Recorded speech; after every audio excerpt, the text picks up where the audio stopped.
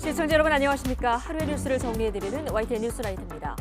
야당 주도로 노란봉투법, 방송법 개정안이 통과됐습니다. 민주당은 이동관 방통위원장과 검사 2명에 대한 탄핵소추안도 본회의에 보고했습니다. 그런데 국민의힘이 앞선 법안들의 부당함을 알리겠다고 예고한 무제한 토론 계획을 전격 철회하면서 이동관 방송통신위원장 탄핵소추 표결에 급제동이 걸렸습니다. 왜 이렇게 된 건지 잠시 뒤 짚어드리겠습니다. 국민의힘 혁신위 이번엔 청년과 미래를 키워드로 한 3호 혁신안을 내놨습니다. 2호 혁신안 중진 험지 출마 권고하는 당사자들 응답이 지지부진한 가운데 대통령실 참모들을 위한 자리 비우기란 해석도 일각에서 제기됐었죠. 오늘 혁신위가 이 부분을 혁신위 공식 안건으로 논의할 거라고 밝혔습니다. 이 또한 당 지도부의 수용 여부가 관건이겠죠. 정신없었던 오늘 하루 정치권 뉴스들 잠시 뒤 나이트 포커스에서 좀 더 깊이 있게 들여다보겠습니다.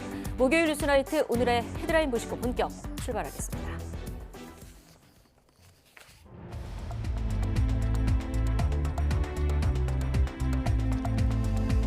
11월 9일 목요일 뉴스나이트 주요 뉴스입니다. 민주당이 이동관 방송통신위원장에 대한 탄핵소추안을 국회 본회의에 보고했습니다.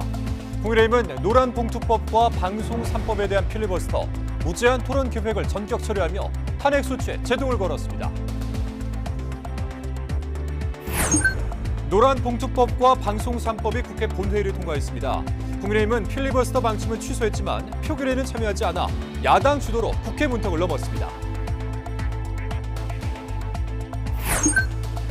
서울 지하철 노조가 이틀간의 시한부 파업에 돌입한 가운데 오늘 전체 운행률이 80% 수준을 유지했습니다. 파업은 내일 오후 6시까지 이어지는데 노사협정에 따라 출근 시간에는 평소와 다름없이 정상 운행합니다.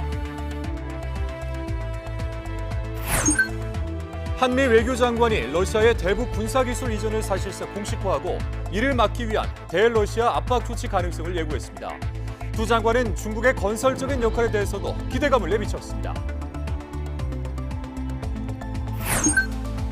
펜타닐과 프로포폴 등 마약류 의약품 174만 개가 행방불명인 것으로 드러났습니다. 의료기관이 폐업하면서 무더기로 감시망에서 사라진 건데 이 불법 유통 우려가 크다는 지적입니다. 오후 늦게부터 전국 곳곳에 가을비가 내리고 있습니다. 내일부터는 날씨가 다시 쌀쌀해져서 주말에는 서울도 영하권으로 떨어지겠습니다.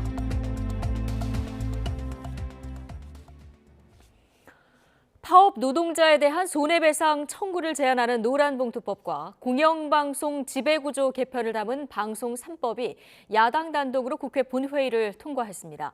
국민의힘은 다수 의석으로 밀어붙인 폭거라면서 대통령 거부권 행사를 건의하겠다고 반발했습니다. 손효정 기자입니다.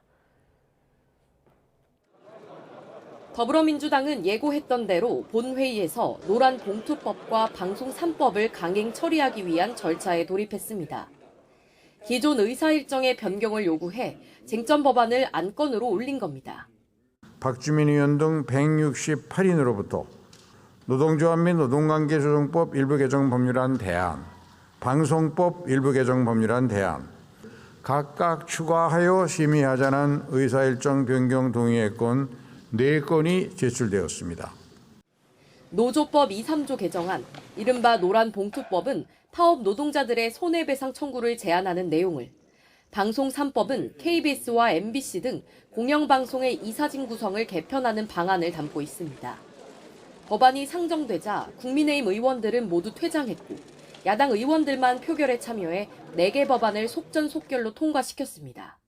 재석 174인 중 찬성 173인 기권 1인으로서 노동조합 및 노동관계조정법 일부 개정 법률안 대안은 가결되었음을 선포합니다. 민주당은 벼랑 끝에 선 노동자들의 권리 보호와 언론의 공정성 그리고 자유의 기틀을 다지게 됐다며 의미를 부여했습니다. 국회 문턱을 넘은 법안들이 공포 과정을 거쳐 시행될 수 있도록 정부 여당의 태도 변화도 촉구했습니다. 10여 년 넘게 굉장히 오랫동안 사회적 논의가 있었던 노조법 개정안 그리고 방송 3법이 오늘 본회의를 통과한 것에 대해서 매우 의미 있는 법안이 통과됐다고 생각을 합니다. 국민의힘은 민주당이 4대 악법을 강행 처리하며 의회 폭거를 저질렀다고 거세게 항의했습니다. 불법 파업을 조장하고 야권 편향의 방송을 만들기 위해 야당이 의석수의 힘으로 오만과 폭주를 이어가고 있다고 날을 세웠습니다. 경제 주기기법과 방송 민주당 연구장악법을 날치기 처리하면서 국정과 법치에 쇠사슬을 채웠습니다. 이들 법안이 사회에 미치는 부작용이 크다고 주장하며 윤석열 대통령에게 거부권 행사를 건의하겠다는 방침입니다. 야당의 단독 처리에 여당이 다시 맞불을 놓으면서 여야의 대치 전선은 더욱 가팔라질 것으로 보입니다. YTN 손유정입니다. 노란봉투법, 방송 3법 처리와 함께 오늘 국회 본회의에는 이동관 방송통신위원장과 검사 2명에 대한 탄핵소추안도 민주당 주도로 보고됐습니다. 관련 법에 따라 이르면 내일 통과가 예상됐는데 필리버스터 전격 철회라는 여당의 역공의 표결 시점이 불투명해졌습니다. 김대겸 기자입니다. 본회의 직전 의원총회를 연 민주당은 이동관 방송통신위원장 탄핵소추안을 당론 발의하기로 뜻을 모았습니다. 정권의 방송장악 시도에 제동을 걸겠다는 겁니다. 이 위원장이 가짜뉴스를 근절한다며 방송사에 무리한 자료를 요구해 헌법상 언론 자유를 침해했고 MBC 대주주인 방송문화진흥회 이사진을 자의적으로 추가해임하는 등 법률을 위반했다고 주장했습니다. 분명한 책임을 물어야 될 책무와 의무가 있다. 이런 이야기들이 있었고요. 나쁜 짓을 하면 반드시 처벌받거나 징계된다. 이런 것을 보여줄 필요가 있다. 국민의힘이 쟁점 법안 처리에 반발하며 필리버스터, 즉 무제한 토론을 예고했던 터라 계속되는 본회의 도중 탄핵안 처리가 가능할 거란 게 민주당의 전망이었습니다. 관련 법상 탄핵안은 본회의 보고 뒤 24시간 이후 72시간 이내 표결 처리가 가능하기 때문입니다. 하지만 예상과 달리 여당이 필리버스터를 전격 철회하면서 본회의는 불과 1시간 반 만에 끝났습니다. 탄핵안 표결도 덩달아 일시중지 상태에 머물게 됐습니다. 본회의가 지속되지 않으면 표결 처리 기회 자체가 사라지고 또 보고 이후 72시간이 지나면 자동 폐기되는 점을 노린 국민의힘이 반전카드를 꺼내든 겁니다. 국가기관인 방송통신위원회의 기능을 장시간 무력화시키겠다는 나쁜 정치적 의도를 막기 위해서는 필리버스터를 포기할 수밖에 없는 상황임을. 각종 법안은 대통령 거부권으로 맞설 수 있지만 탄핵안은 한 번 처리되면 장기간 업무가 정지되는 걸 고려한 조치로 분석됩니다. 허를 찔린 민주당은 김진표 국회의장에게 추가 본회의를 열어달라고 요구했지만 김 의장은 여야 협의에 방점을 찍으며 사실상 거부 입장을 피력했습니다. 민주당은 내일 오후 6시까지 본회의가 열리지 않을 경우 자동 폐기를 막기 위해 일단 탄핵안을 철회할 것으로 보입니다. 물론 재추진 의사는 굽히지 않았습니다. 탄핵안 제출이 24시간에서 72시간 내에 처리하도록 되어 있기 때문에 본회의 개최를 강력하게 요청을 했습니다. 72시간 내에 본회의가 열릴 수 있도록. 국민의힘은 민생을 인질로 삼는 민주당은 상식을 포기한 무책임한 집단이라고 맹비난했습니다. 헌법과 법률이 보장하는 대통령의 고유 인사권마저 묻지마 탄핵으로 부정하겠다는 민주당이 가지고 있는 속셈은 대선 불복일 것이라고. 이동관 위원장 탄핵안과 함께 민주당이 발의한 손준성, 이정석 검사 탄핵안도 표결 시점을 가늠할 수 없게 됐습니다. 탄핵안을 둘러싼 여야의 입장차가 워낙 첨예한 만큼 앞으로 탄핵안 철회와 재추진 등 법적 해석을 둘러싼 논란도 거세질 것으로 보입니다. YTN 김대겸입니다. 민주당의 탄핵안 추진에 맞서서 이동관 방송통신위원장은 숫자를 앞세운 행위는 민심의 탄핵을 받을 거라고 비판했습니다. 대통령실은 거대 야당의 폭주를 국민이 정확하게 판단할 시간이 필요하다면서 공식 반응을 자제했습니다. 조은지 기자입니다. 임명장을 받은 지 76일 만에 탄핵소추 당사자로 떠오른 이동관 방송통신위원장이 국회 취재진 앞에 섰습니다. 헌법이나 법률에 대해 중대한 위반 행위를 한 적 없다. 민의의 심판이 있을 거라고 반발했습니다.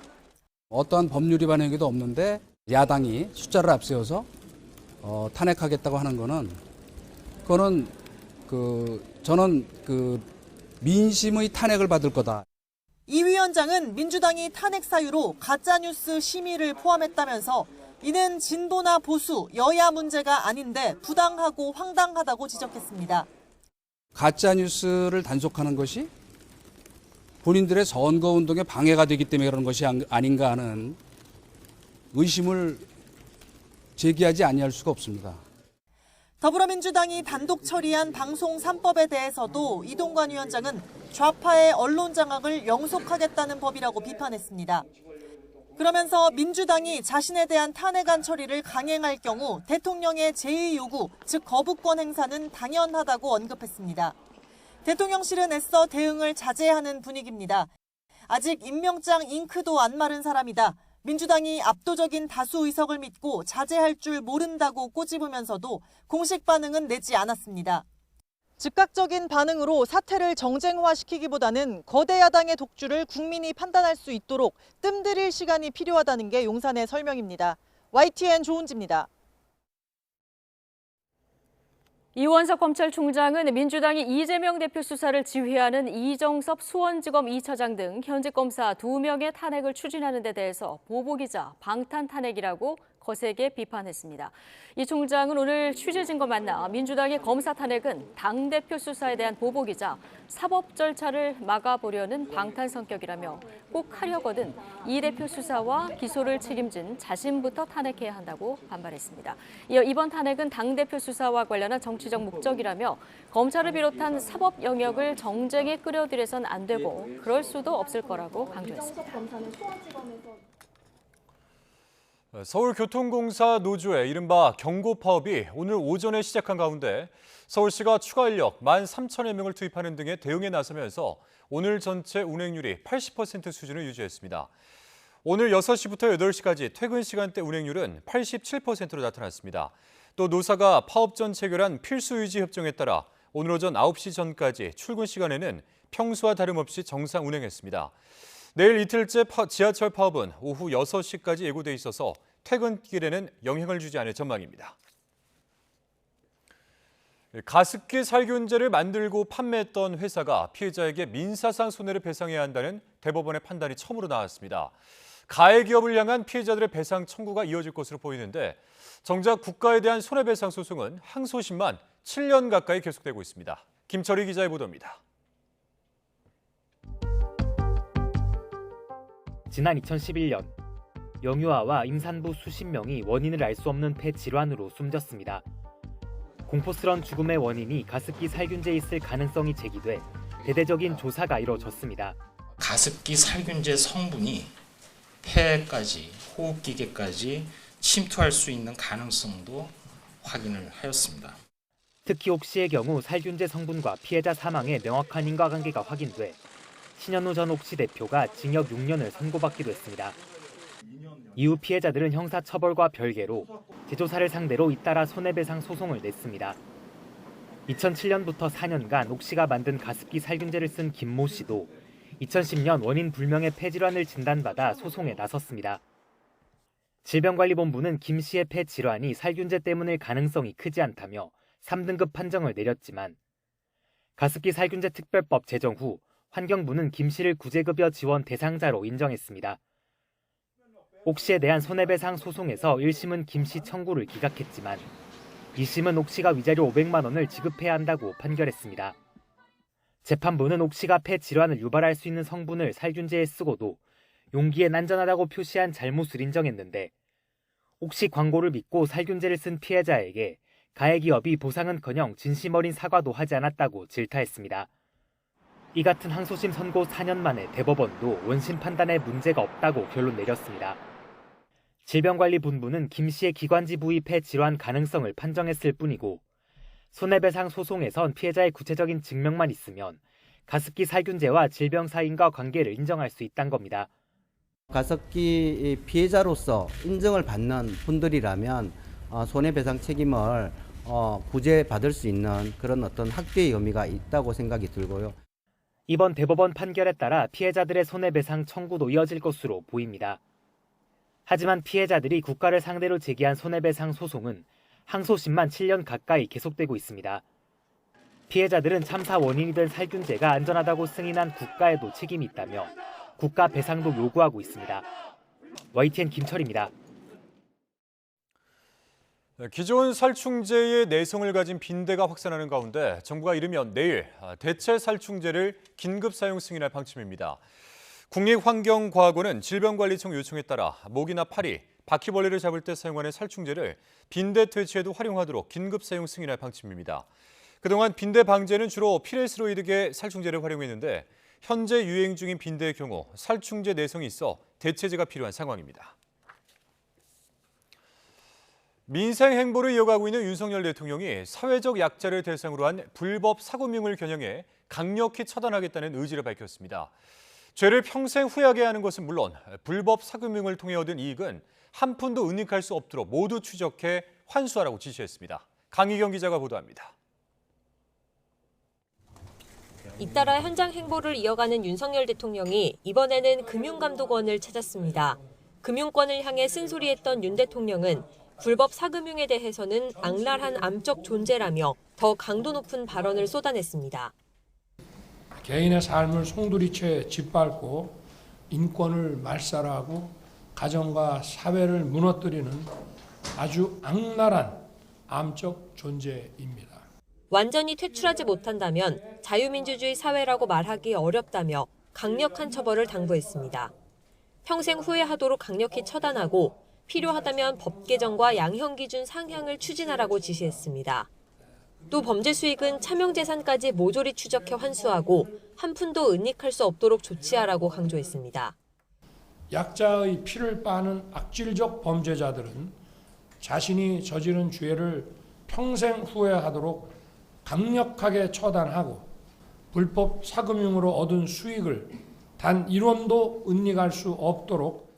이어진 간담회에서 피해자들은 윤 대통령에게 피해를 호소했고 윤 대통령은 구체적인 내용을 묻거나 공감을 표명한 것으로 전해졌습니다. 이번 간담회는 민생 타운홀 형식의 비상경제 민생회의와 광역교통 간담회에 이은 민생행보라는 게 대통령실의 설명입니다. 윤 대통령은 민생 약탈 범죄로부터 서민과 취약계층을 보호하는 게 국가의 책무라고 강조했습니다. 특히 사금융 피해의 구조화, 집단화로 대한민국의 헌법 가치가 훼손돼 국정 최고 책임자로서 직접 관여할 수밖에 없었다며 강력한 대응을 거듭 당부했습니다. YTN 강희경입니다. 공매도 금지 나흘째인 오늘 우리 증시는 장중 내내 등락을 반복하며 혼조세로 마무리 지었습니다. 오늘 코스피는 외국인과 기관의 동반 매수세에 힘입어 어제보다 0.23% 오른 2,427.08로 장을 마쳤습니다. 반면 코스닥은 어제보다 1% 내린 802.87로 거래를 끝냈습니다. 외국인과 기관의 순매도세로 장중 한때 800선이 무너지기도 했습니다. 김주현 금융위원장이 내년 상반기까지인 공매도 금지 조치 기한을 시장 상황에 따라 연장하는 것도 배제하지 않고 있다면서도 가능한 빠른 제도 개선을 통해서 대외 신뢰도를 개선할 필요가 있다고 밝혔습니다. 김 위원장은 오늘 국회 정무위원회 전체 회의에서 국민의힘 강민국 의원의 공매도 금지 조치 연장 가능성에 대한 질의에 내년 상황을 봐야 하는데 지금의 문제가 해소되지 않으면 여러 가지 고민을 해야 할 것 같다며 이같이 답했습니다.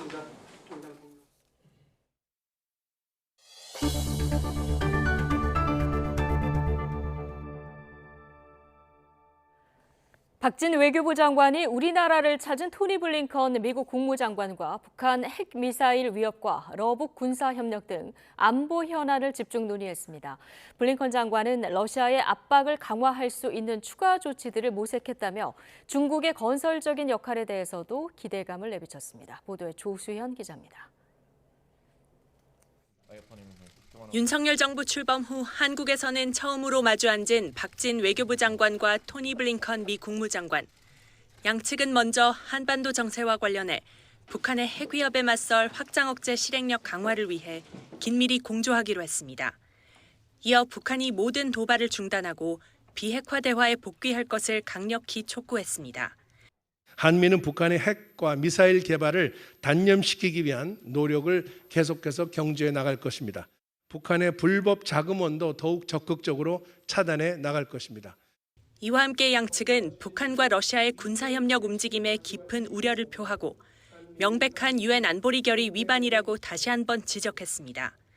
그러면서 러시아에 대한 압박을 강화할 수 있는 방안을 모색했다고 밝혔습니다.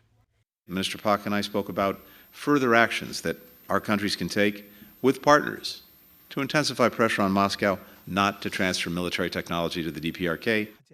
블링컨 장관은 북핵 미사일 위협과 관련해 중국 측과도 여러 차례 논의를 해왔다며 중국이 북한에 영향력을 행사할 수 있다고 언급했습니다. And we do look to China to use that influence to play a constructive role in pulling North Korea back from this irresponsible and dangerous behavior. 그러한 그 위험한 거래가 이루어지지 않도록 역할을 촉구할 수 있는 그런 노력을 우리 한미가 같이 기울이도록 할 것입니다. 양측은 한미일 3국 협력도 강화해 나갈 것이라며 심도 있는 협의를 위해 3국 외교장관이 상호 편리한 시기에 다시 모일 계획이라고 설명했습니다. 이스라엘 팔레스타인 사태에 대해 박진 장관과 블링컨 장관은 인도적 목적의 교전 중단과 민간인 보호 조치를 촉구했습니다. YTN 조수연입니다. 이스라엘과 팔레스타인 하마스의 전쟁이 2달째로 접어든 가운데 이스라엘은 41년 만에 예비군 사단까지 투입하는 등 총공세를 펼치고 있습니다. 하지만 민간인 희생이 급증하며 국제사회의 외교적 압박과 인질 석방 협상이 변수로 작용할 전망입니다. 이동우 기자가 취재했습니다.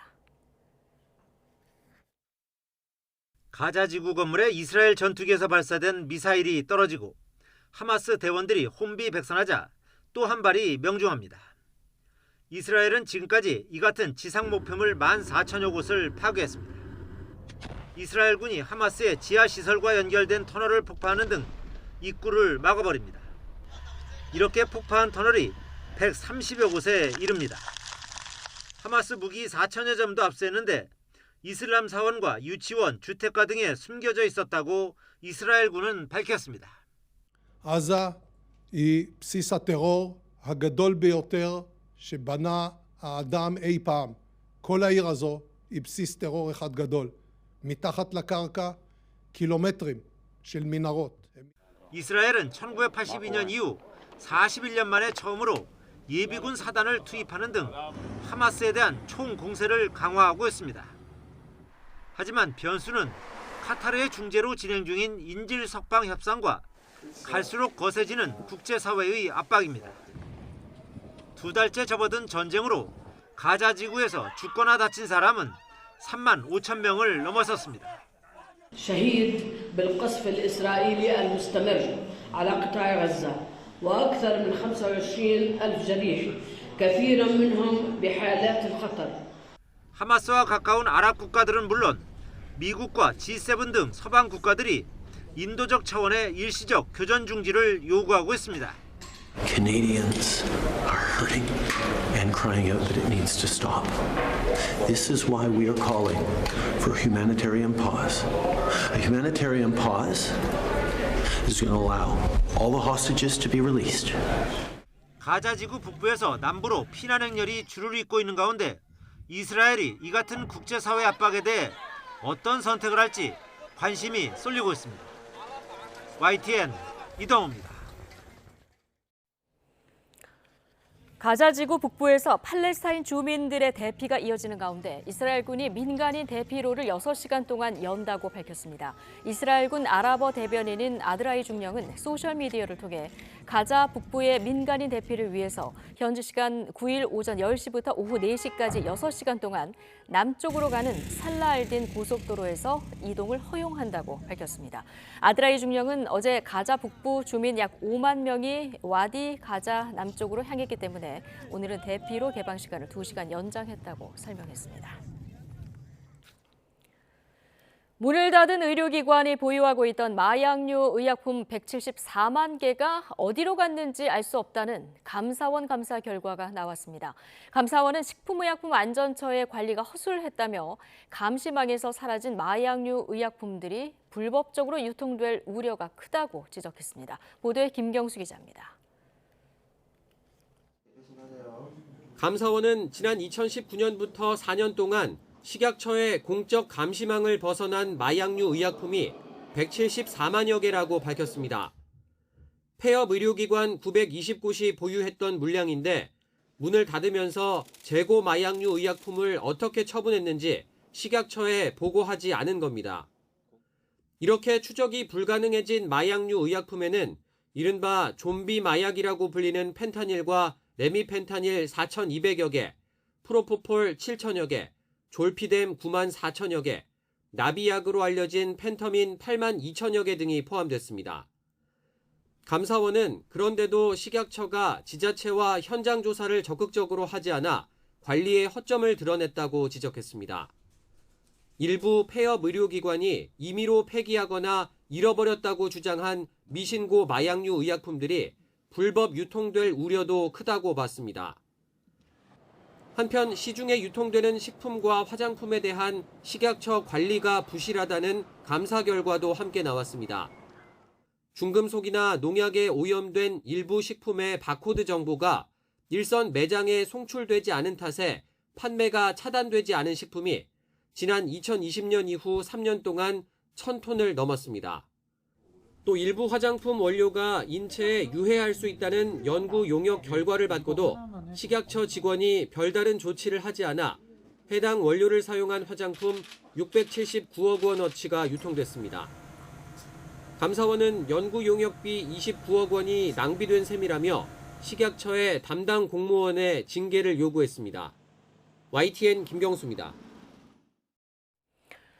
김포시 서울 편입의 득실을 따져보는 YTN 연속 보도. 오늘은 지자체의 살림살이 규모를 결정하는 세금 수입 변화를 살펴봤습니다.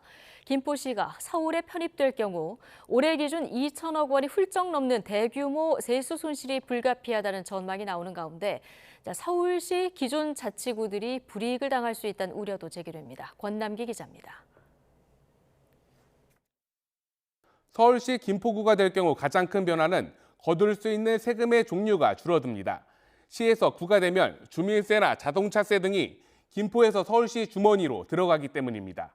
여기서 줄어드는 수입만 2,500억 원 정도로 올해 김포시 자체 수입의 절반에 가깝습니다. 자체 수입에 더해 중앙정부 등의 지원, 즉 이전 수입도 일정 부분 감소할 것으로 보입니다.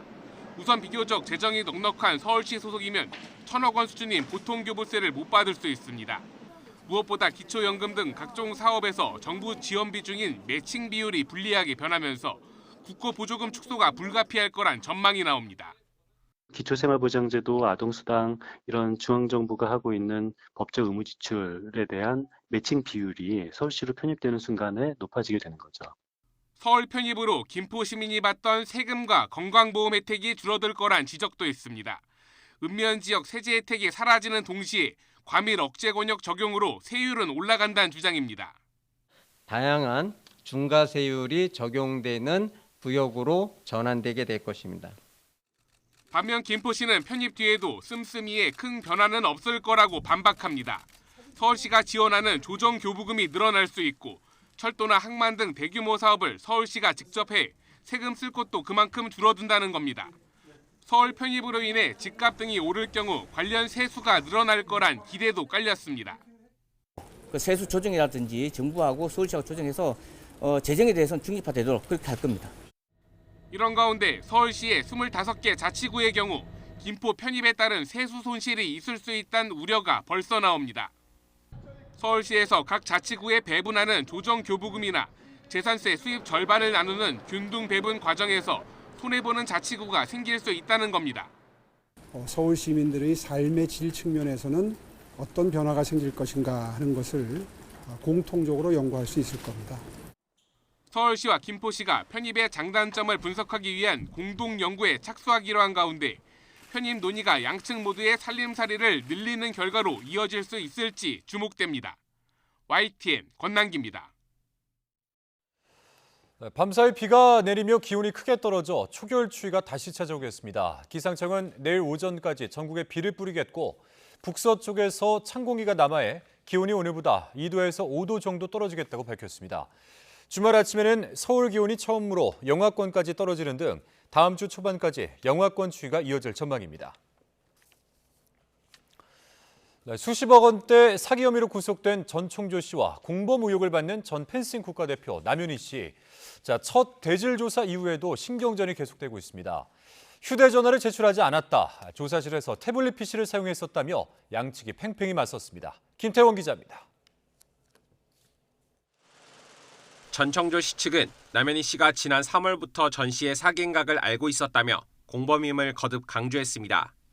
그러면서 남 씨가 의혹 규명의 중요한 열쇠가 될 휴대전화를 약속과 달리 제출하지 않았다고 주장했습니다. 그 전청조 씨가 피해자분들에게 자신의 이력 같은 것들을 속이고 있는 것을 남현희 씨도 분명히 알고 있었다라는, 미필적이 아니라 확실하게 알고 있었다라는 취지로. 남현희 씨 측은 대질 조사 이후 조서 열람이 늦게까지 이어지는 가운데 급격히 건강이 나빠진 남 씨가 휴대전화를 제출할 여유가 없었다고 해명했습니다. 이미 휴대전화 제출 일정을 확정했다며 감출 것이 있다면 자발적으로 낼 이유가 없다고 공모 의혹을 강하게 부인했습니다. 대질신문 과정에서 전 씨의 태블릿 PC 사용을 놓고도 양측은 신경전을 벌였습니다. 전 씨가 변호인의 태블릿 PC를 15분가량 이용하다 문제를 제기하자 비로소 사용을 멈췄다는 겁니다. 외부와 연락해 증거를 없애거나 범죄 수익을 빼돌리는 것 아니냐는 남 씨 측 항의에 경찰 조사에서 어떻게 답변할지 논의하는 차원이었다고 전 씨 측은 강하게 맞받았습니다. 날선 신경전이 이어지는 가운데 남 씨의 공범 의혹을 규명하려면 아직 넘어야 할 산이 많습니다. 이를 위해 경찰은 일단 전청조 씨를 검찰에 넘긴 뒤 남 씨 측과 구치소를 찾아 추가로 대질 조사를 벌이는 방안을 검토하고 있습니다. YTN 김태원입니다.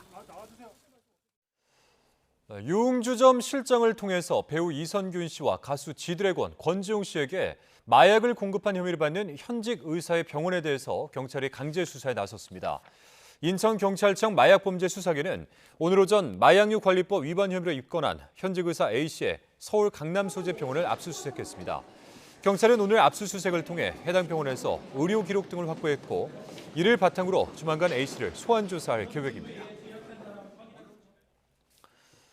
집중력과 기억력을 높여준다. 수험생과 학부모에게 이보다 더 솔깃한 얘기가 있을까요? 공부 잘하는 약을 판다고 속인 온라인 불법 광고가 무더기로 적발됐습니다. 이 중에는 향정신성 의약품도 있었습니다. 조용성 기자입니다. 요즘 동네 약국에는 기억력 높이는 데 도움이 된다는 건강기능식품과 만성피로나 불안 초조할 때 먹는 일반 의약품이 잘 보이는 곳에 전시돼 있습니다. 수능 시험이 다가오면 수험생들에게 도움이 되는 제품을 찾는 사람이 늘어나기 때문입니다.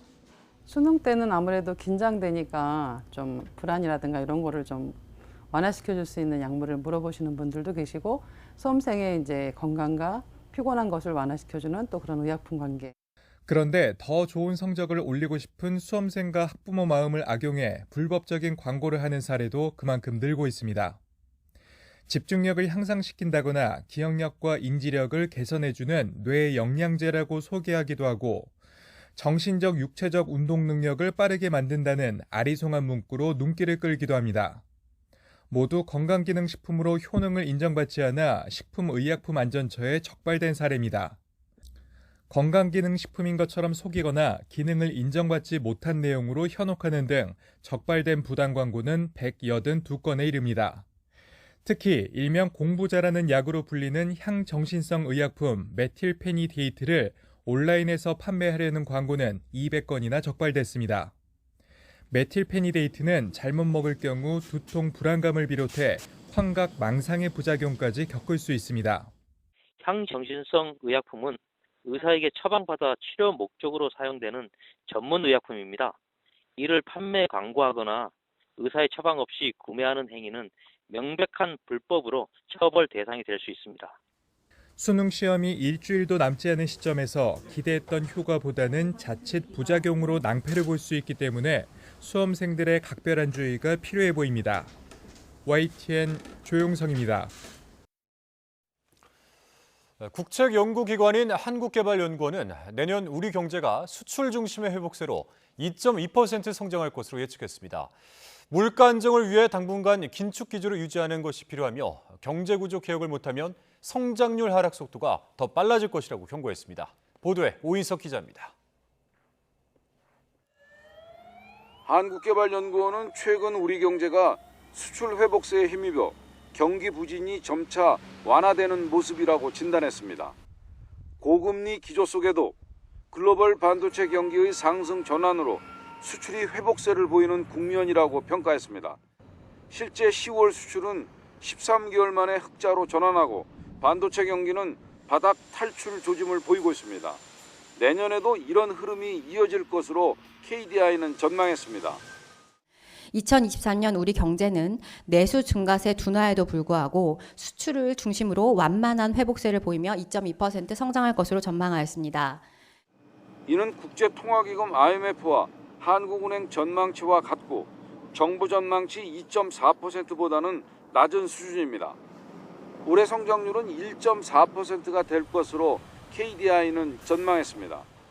내년도 수출은 3.5% 증가하는 반면 고금리 영향으로 민간 소비는 1.8% 증가에 그칠 것으로 내다봤습니다. 소비자 물가 상승률은 내수 증가세 둔화로 올해보다 낮은 2.6%가 될 것으로 예측했습니다. KDI는 물가 안정을 위해 당분간 긴축 기조를 유지하는 것이 필요하다고 권고했습니다. 당장의 소비 부양이나 이런 것들이 크게 필요한 상황은 아니라고 보고 또 그것이 또 반대로 물가를 좀 자극할 수도 있기 때문에 저희가 생각하기에 시급하다고 생각하지는 않습니다. 내년에도 재정수지 적자와 국가 채무 수준이 확대되는 만큼 전반적인 재정 지출에 대한 구조조정 방안을 만들 필요가 있다고 조언했습니다. KDI는 지금 모습이 그대로 간다면 5년 뒤에는 1%대 성장률이 자연스러운 시기가 올 것이라고 예측했습니다. 그러면서 노동시장 유연화와 교육제도 개편 등 경제 전반의 구조개혁이 제대로 이루어지지 않으면 하락 속도는 더 빨라질 것이라고 밝혔습니다. YTN 오인석입니다.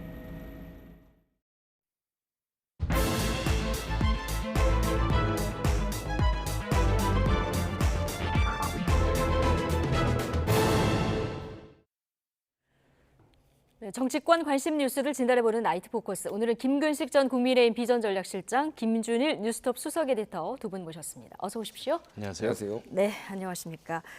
자, 야권 주도로 노란봉투법과 방송 3법 개정안 등 쟁점 법안이 단독 처리됐습니다. 민주당은 이동관 방송통신위원장과 검사 2명에 대한 탄핵소추안도 국회 본회의에 보고했는데요. 자, 여당이 앞선 두 법안에 대해서 예고했던 필리버스터를 포기하면서 표결에 변수가 생겼습니다. 오늘 국회 상황 영상으로 먼저 보고 오시겠습니다. 탄핵소추안을 당론으로 채택했습니다. 가짜뉴스를 단속하는 것이 본인들의 선거운동에 방해가 되기 때문에 그런 것이 아닌가. 검사의 당대표 수사에 대한 보복 탄핵입니다. 검사들을 탄핵하지 말고 검찰총장을 탄핵하십시오.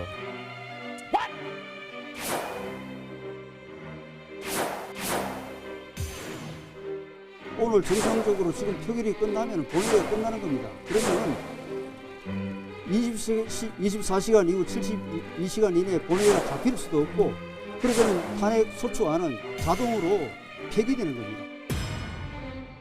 충분히 사실은 이걸 예상을 했었습니다. 필리버스터를 하지 않거나 사실상 탄핵안 처리를 무산시킬 가능성이. 의장께서는 본회의 요청하신 거에 대해서 뭐라고 답변하십니까? 현재까지는 좀 양당 간의 협의가 됐으면 좋겠다.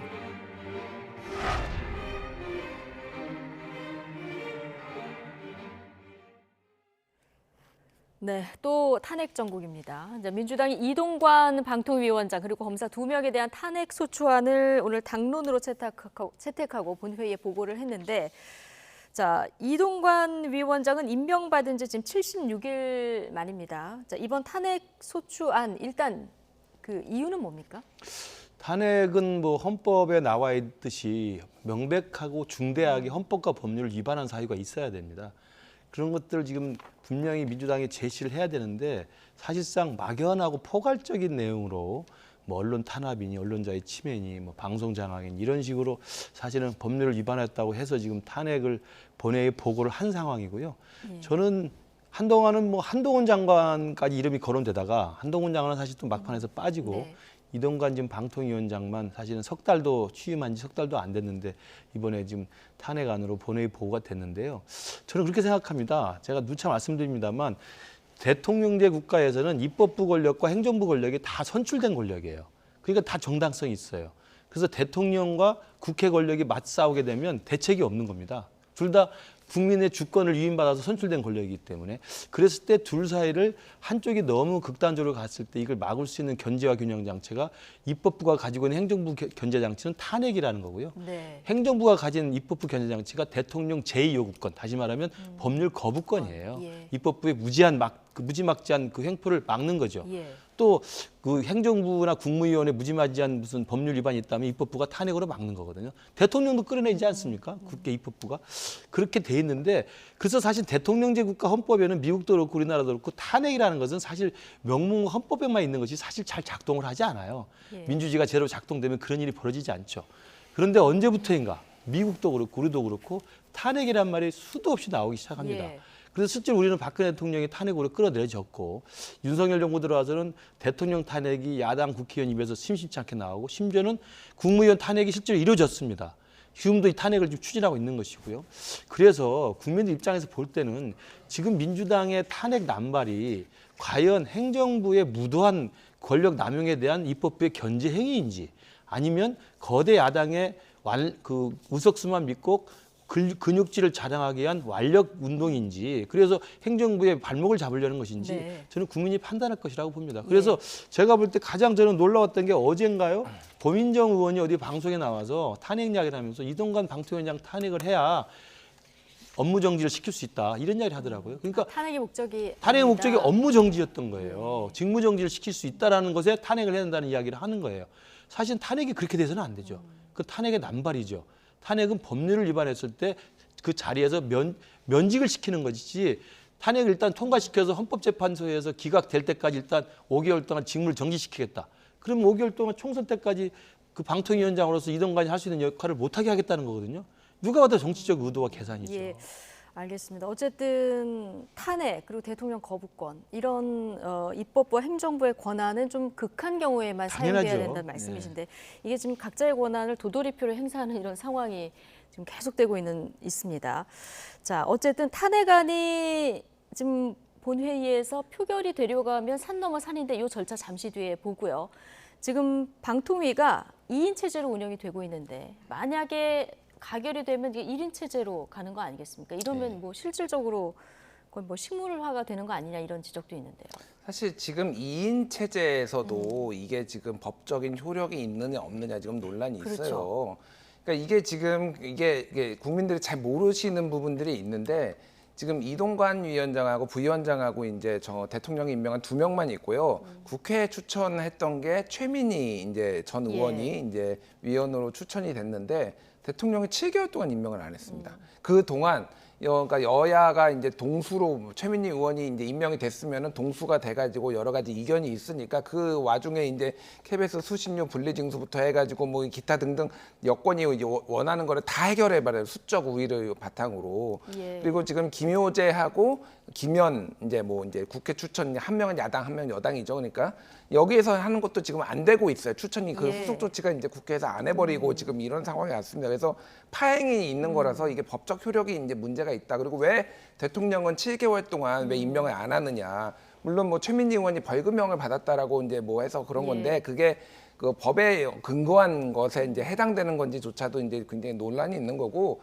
그 이제 김근식 교수님께서 이제 굉장히 모호한 이유로 지금 그 이거를 탄핵을 추진했다라고 하는데 모호하지 않습니다. 모호하지 않고요. 여러 가지 사유가 있어요. 이게 다만 법원에서 받아들여질지 안 받아들여질지 이제 가봐야 하는 거고 제가 하나씩 아주 짧게 말씀드리면은 그러니까 방통위에서는 이제 공영방송 이사회 이사진을 이제 추천을 하는 그런 권한이 있는데 이거에 대해서 관리를 잘못하고 잘못된 사람을 임명을 했다라는 거예요. 예를 들면은 이를테면은 최기화 씨 같은 경우에는 부당 노동 행위로 벌금형이 확정됐는데 그걸 알고도 EBS 감사로 임명을 했습니다.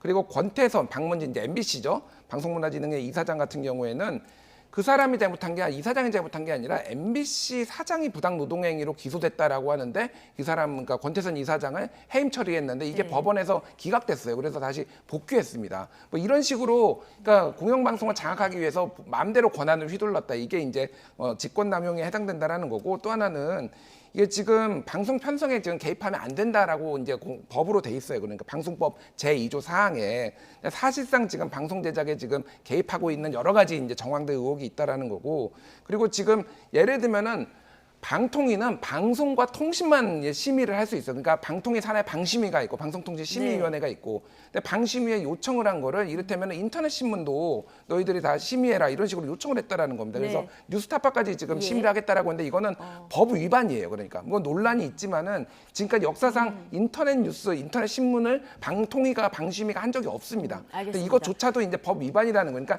이런 부분은 뭐 받아들여지지는 하지만 이게 마치 근거가 하나도 없는 것처럼 이렇게 얘기를 하면 안 된다라는 거죠. 헌재에서 받아들여질지는 모르겠으나 어쨌든 모호하지는 않다. 이렇게 설명을 해주셨고 자 오늘 그리고 파업 노동자에 대한 손해배상 청구를 제한하는 노란봉투법 그리고 공영방송 지배구조 개편을 담은 방송법 3법 이건 가결이 됐습니다. 근데 이 여야가 굉장히 첨예하게 맞서는 법안이었고 네. 여당이 무제한 필리버스터를 하겠다 이렇게 얘기를 했는데요.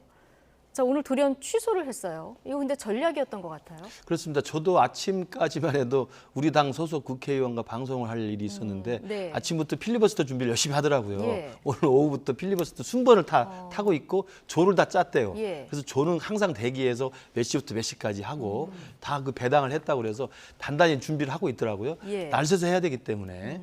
그런데 갑자기 이 필리버스터가 이제 중단이 되면서 본회의가 종료가 돼버린 겁니다. 그러니까 저는 오늘 필리버스터에 나서는 의원들조차도 몰랐던 거군요. 거죠. 네, 제가 볼 때는 전혀 모르고 철저하게 보안에 붙였다가 아마 윤재호 원내대표와 원내 지도부만 이 계획을 짜서 아마 이동관 방통위원장에 대한 탄핵안이 본회의에 보고되자마자 바로 필리버스터를 기권함으로써 필리버스터를 취소함으로써 아마 본회의 종료라고 하는 역공을 저는 취한 것으로 보입니다. 그래서 민주당은 제가 볼 때 예상 못했던 것 같아요. 네. 왜냐하면 국민의힘 소속 의원도 전혀 모르고 있다가 예. 필리버스터가 포기되면 예상을 했다고 아까 제가 볼 원내대표가 때 얘기하던데요. 예상했으면 그렇게 무리하게 그 탄핵안을 본회의에 보고해서 그 발의를 했겠습니까? 제가 볼 때 예상 못한 것 같고요. 왜냐하면 국민의힘 소속 의원조차도 네. 전혀 모르고 보안에 붙여졌기 때문에 아주 그 숙소수의 원내 지도부만 알고 진행된 것이어서 제가 볼 땐 의회 국회법 절차를 아주 잘 활용한 저는 절묘한 한 수가 아니었나 싶습니다. 네. 그래서 24시간 이후 72시간 내에 본회의가 다시 열리지 않으면 자동 폐기되거든요. 예. 그러면 다시 다음 본회의가 열릴 때까지 다시 그러면 새로 이 탄핵안을 재발의해야 됩니다. 그러면 민주당은 그 사이에 힘도 빠질 뿐만 아니라 상당히 이 재탕 탄핵안이라는 게 사실은 좀 힘이 빠지는 거거든요. 예. 그런 면에서 보면 민주당이 이 이동관 방통위원장 탄핵안에 대해서 그 탄핵을 밀어붙이는 것도 무리였습니다만 이번에 이 본회의 절차에 의해서 자동 폐기되면 이후에 다시 할지도 관심이 좀 될 것 같습니다. 국민들께서 왜 이게 야당의 허를 찌른 한 수가 된 건가 좀 궁금해하실 텐데 일단 탄핵안은 말씀하신 대로 보고가 되면은 24시간 이후 그리고 72시간 이내에 표결을 해야 되는데요. 지금 필리버스터를 하면 국회 본회의가 뭐 한 4, 5일 열릴 줄 알고 그 사이에 표결을 하면 되겠다 생각했는데 지금 이게 1시간 반 만에 끝나버린 이런 상황이 된 거죠. 그렇죠. 예. 그러니까 이렇게 이해하시면 됩니다.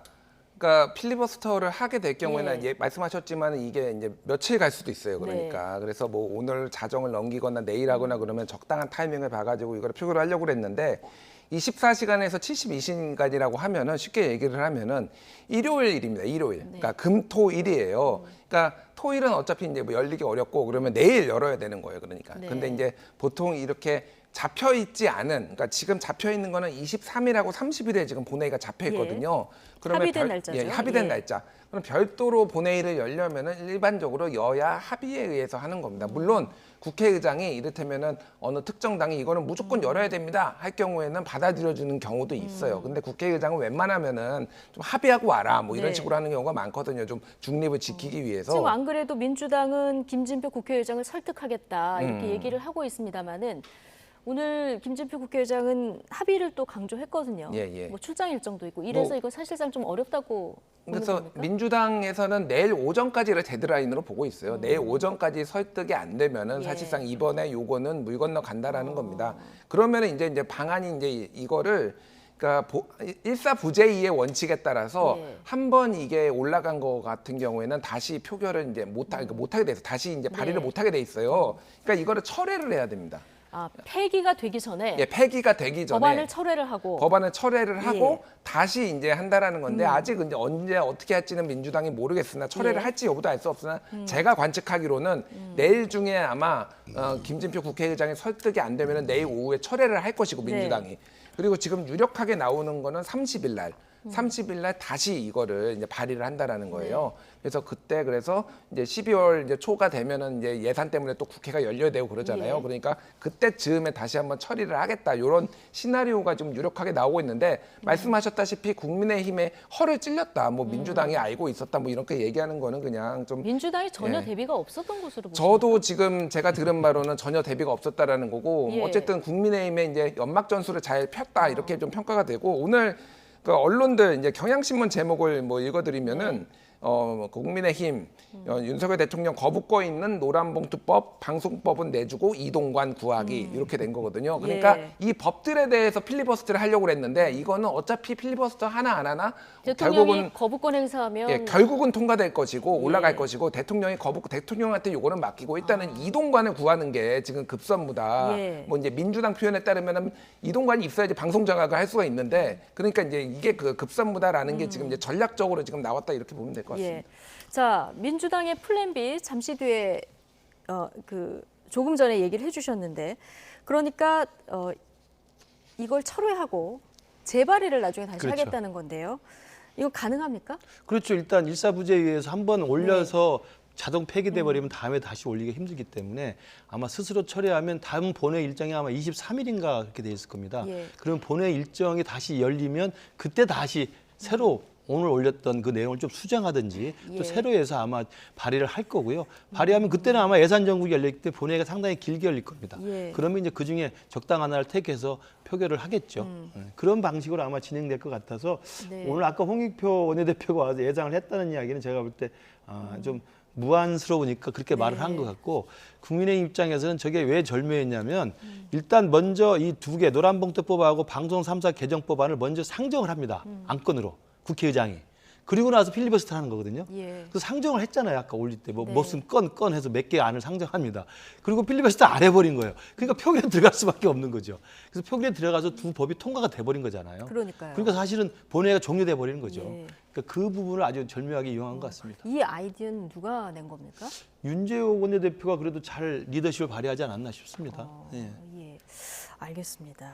어쨌든 지금 뭐 이렇게 하면서 표결은 사실상 지금 이번에는 좀 어렵게 된 이런 상황이 됐고요. 이동관 위원장은 민심의 탄핵을 받을 거다 이렇게 이제 비판하고 나섰습니다.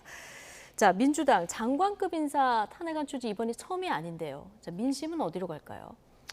그러니까 일단은 한동훈 장관에 대해서는 이제 그 의원총회에서 안 하는 걸로 결정이 현재로는 안 하는 걸로 결정이 됐고 법률적으로 위반 사항을 찾기가 조금 지금 현재로서는 좀 쉽지 않다라는 판단이었잖아요. 근데 아까 전에 얘기했듯이 이동관 위원장 같은 경우에는 그게 헌재에서 받아들여질지 안 받아들여질지는 가봐야 하는 거고 사실은 그건 모르지만은 여러 가지 민주당이 보기에는 그리고 굉장히 무리하고 절차와 법을 위반한 게 명백하게 있다라는 겁니다. 그리고 지금 뭐 국민들이 많이 아시겠지만은 지금 그러니까 언론계가 난리도 아니에요. 그러니까 쉽게 얘기를 하면은 지금 뭐 갑자기 지금 이 YTN도 갑자기 지금 뭐 유진그룹은 좀 부실 기업이다 뭐 이런 의혹도 있는데 지금 3천억 원 인수 대금도 있네 없네 이런 논란도 있는데 갑자기 막 팔아버리고 지금 심지어는 한전 DNS에서 이거는 우리가 가지고 있는 게 더 이득이다 이런 의견까지 냈는데 기재부에서 묵살했다는 거 아닙니까? 이런 식으로 상식적으로 이거를 길게 공론을 거쳐가지고 해야 될 일이 지금 며칠 만에 지금 휙휙휙 벌어지고 있거든요.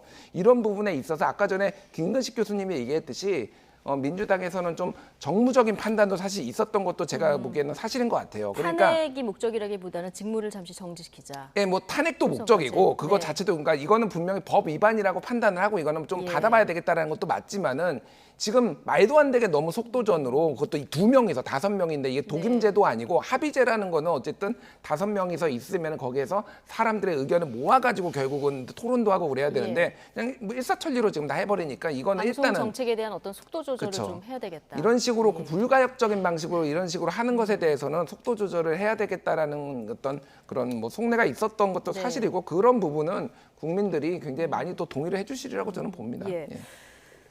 오늘 검사 2명에 대한 탄핵소추안도 함께 발의가 됐습니다. 자, 고발 사주 의혹의 손준성 검사 그리고 이정섭 검사는 자녀 위장 전입 의혹 등등 뭐 이런 내용들이 있는데 자, 검사 탄핵 지난 9월에 있어 지금 2번째입니다. 제가 볼 때 이것도 탄핵 남발, 뭐 탄핵 중독 이렇게 이야기합니다만 특히나 검사 중에서 이정석 검사를 오늘 탄핵안 올린 것은 잘 아시다시피 이정석 검사 차장검사는 수원지검 차장검사고 지금 이재명 대표의 수원지검에서 이른바 쌍방울 대북 송금 사건을 수사하는 지휘검사입니다. 그래서 지난번 국정감사에서 민주당에서 아예 찍어가지고 유장전입을 제기를 했고 그걸 몇 년 전에 했던 것으로 인정을 해서 죄송하다고 이야기를 했고 그리고 유장전입에 대한 주민등록법 위반인데요. 만약에 법 위반 혐의가 있다고 한다면 주민등록법 위반 혐의는 공소시효도 지난 건입니다. 그게 답니다. 그런데 그 이정섭 차장검사를 찍어서 탄핵에 올린 거예요. 생각해 보십시오. 지금 아까 김준일 수석 에디터께서 법률 위반에 구체적 혐의가 있다고 그랬는데 우리가 탄핵을 실제로 했던 경우는 박근혜 대통령이 유일하지 않습니까? 그러니까 탄핵을 의결하고 헌법재판소에서 인용까지 됐던 경우는 그때는 이미 그 탄핵을 국회에서 의결 처리할 때 국정농단 사건으로 수많은 사람이 일단 검찰에 구속되고 기소되고 수사가 진행이 됐었어요. 구체적인 범죄 혐의가 기소돼가지고 재판이 진행 중인 사건이었습니다. 그러나 현직 대통령이기 때문에 형사소추를 면제받기 때문에 탄핵이 된 다음에 다시 구속이 된 거지 않습니까? 그럼 보십시오. 지금 이동관 방통위원장이 법을 위반했다고 그러는데 법을 위반해서 수사받은 게 있습니까? 혐의가 있어서 무슨 소환이 됐습니까? 기소는 고소하고 재판은 고소하고 세상에 그런 식으로 따져서 모든 국무위원회 이 범죄를 위반한 것 같다. 방송 탄압을 했으니 이런 것 같다. 직권남용인 것 같다. 라고 해서 탄핵을 하면 이 나라 국정을 어떻게 하는 겁니까? 생각을 해보십시오. 저는 민주당이 너무 완력 자랑을 지금 너무 세게 하고 있어서 내년 총선에서는 분명히 역풍이 불 거라고 생각을 하는데 이 검사가 좀 대표적으로 생각해요. 이정석 검사가 하는 게 주민등록법 위반인데 주민등록법 위반으로 이 검사를 콕 찍어서 탄핵을 그것도 이재명 대표 수사를 담당하고 있는 검사를 탄핵한다고 하면 그전에 있었던 이성윤 검사장은 어떻게 합니까? 이성윤 검사장 문재인 정부 때 서울중앙지검장 했던 분 지금 기소돼 있습니다. 재판받고 있어요. 정진웅 검사 무죄 났습니다만 징계 지금 받고 있습니다. 그다음에 또 있죠. 제가 흉내 생각이 안 나는데 신성식 검사 KBS 보도 뭐 유출해가지고 명예훼손으로 지금 기소되어 있어요. 이분들은 어떻게 할 겁니까? 현재 기소돼서 재판을 받는 검사가 문재인 정부에서 검사가 수두룩한데 이 사람들은 다 빼고 주민등록법 위반으로 공소시효 다 끝나가지고 이미 다 끝난 일인데 그 범죄 혐의 하나 있다고 그래서 검사 탄핵을 합니까? 헌법을 이용해서. 이게 말이나 됩니까? 제발 정도껏 하시길 바랍니다. 알겠습니다. 기소돼서 재판을 받고 있는 검사들도 있는데 지금 이런 사유들로 검사 탄핵을 하는 게 말이 안 된다 이런 지적이신데 어떻게 보십니까? 뭐 저는 김근식 교수님의 지적이 어느 정도는 좀 일리가 있다라고 봅니다. 사실 이동관 위원장은 뭐 논쟁이 있을 수 있어도 사실 탄핵을 저는 할 수도 있다라고 보는데 이정섭 수원지검 2차장 같은 경우에는 이게 지금 자녀 그 뭐 진학을 좋은데 이제 강남에 좋은 진학을 위해서 처남에 이제 주거지에다가 위장 전입한 거거든요. 물론 위장 전입도 중대한 범죄기는 맞지만은 말씀하셨다시피 이제 이게 오래된 사안이고 그런데 이거를 콕 집어서 하는 거는 탄핵 사유로까지 이게 될 것이냐 그리고 해필이면은 그게 이제 이재명 대표의 쌍방울 대북 송금 요 수사를 지휘하는 사람이라고 보니까.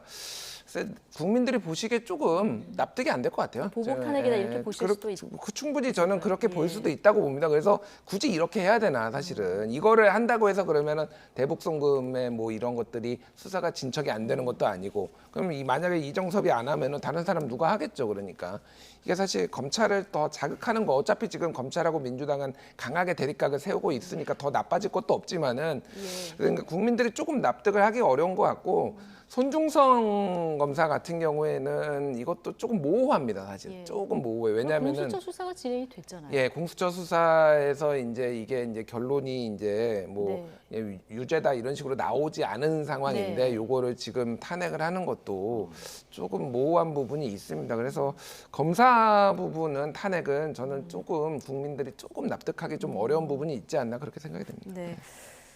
자, 김준일 에디터는 이동관 위원장 탄핵과 검사 2명의 탄핵은 좀 별개로 좀 설명을 해주셨는데요. 자, 어쨌든 노란봉투법과 방송 3법은 가결이 됐고요. 이제 대통령의 거부권 행사 여부만 남은 건데, 자, 어떻게 할 것 같습니까? 뭐 경영계 경총이나 이 경영계 쪽에서도 뭐 거부권을 지금 요구하고 있고요. 행사해달라 이렇게 요청하고. 당에서도 거부권을 지금 요청하고 있는 상태고 아마 대통령도 거부권을 행사할 것을 보입니다. 그러니까 지금 이 형국이 작년 3월 9일 날 대통령 선거로 정권이 교체됐지만 교체가 안 된 거예요.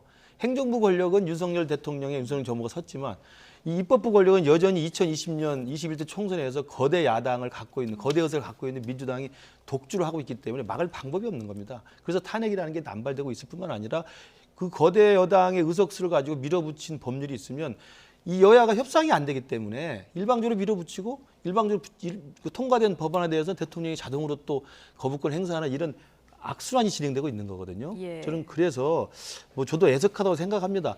이렇게 여야가 서로 간에 무한 대결만 하게 될 경우에는 한쪽은 입법 독주, 한쪽은 거부권 행사로 그냥 지치고 지치는 반복의 악순환을 할 수밖에 없어요. 내년 총선에 이제 어디로 판명이 나느냐에 따라서 이제 진짜 여당이 힘을 받고 일을 할 수 있을지 아니면 야당에 다시 또 150석 이상 과반수를 얻어서 또 임기 남은 3년 내내 발목을 잡을 것인지 그 국민들이 판단할 문제인데 저는 그래서 이게 행정부와 입법부 권력이 사사건건 맞붙을 때는 대통령제가 굉장히 방법이 없습니다. 내각제 같은 경우는 이게 이렇게 되면 사실 내각 불신임을 하든지 아니면 의회산에서 다시 총선하든지 간단하게 민의를 반영해서 해결하면 되는 거예요. 그런데 대통령제는 국회의원 임기 4년 보장돼 있고 대통령 임기 5년이 보장돼 있기 때문에 계속 부딪힐 수밖에 없는 겁니다. 그래서 정치가 실종돼 버린 거죠.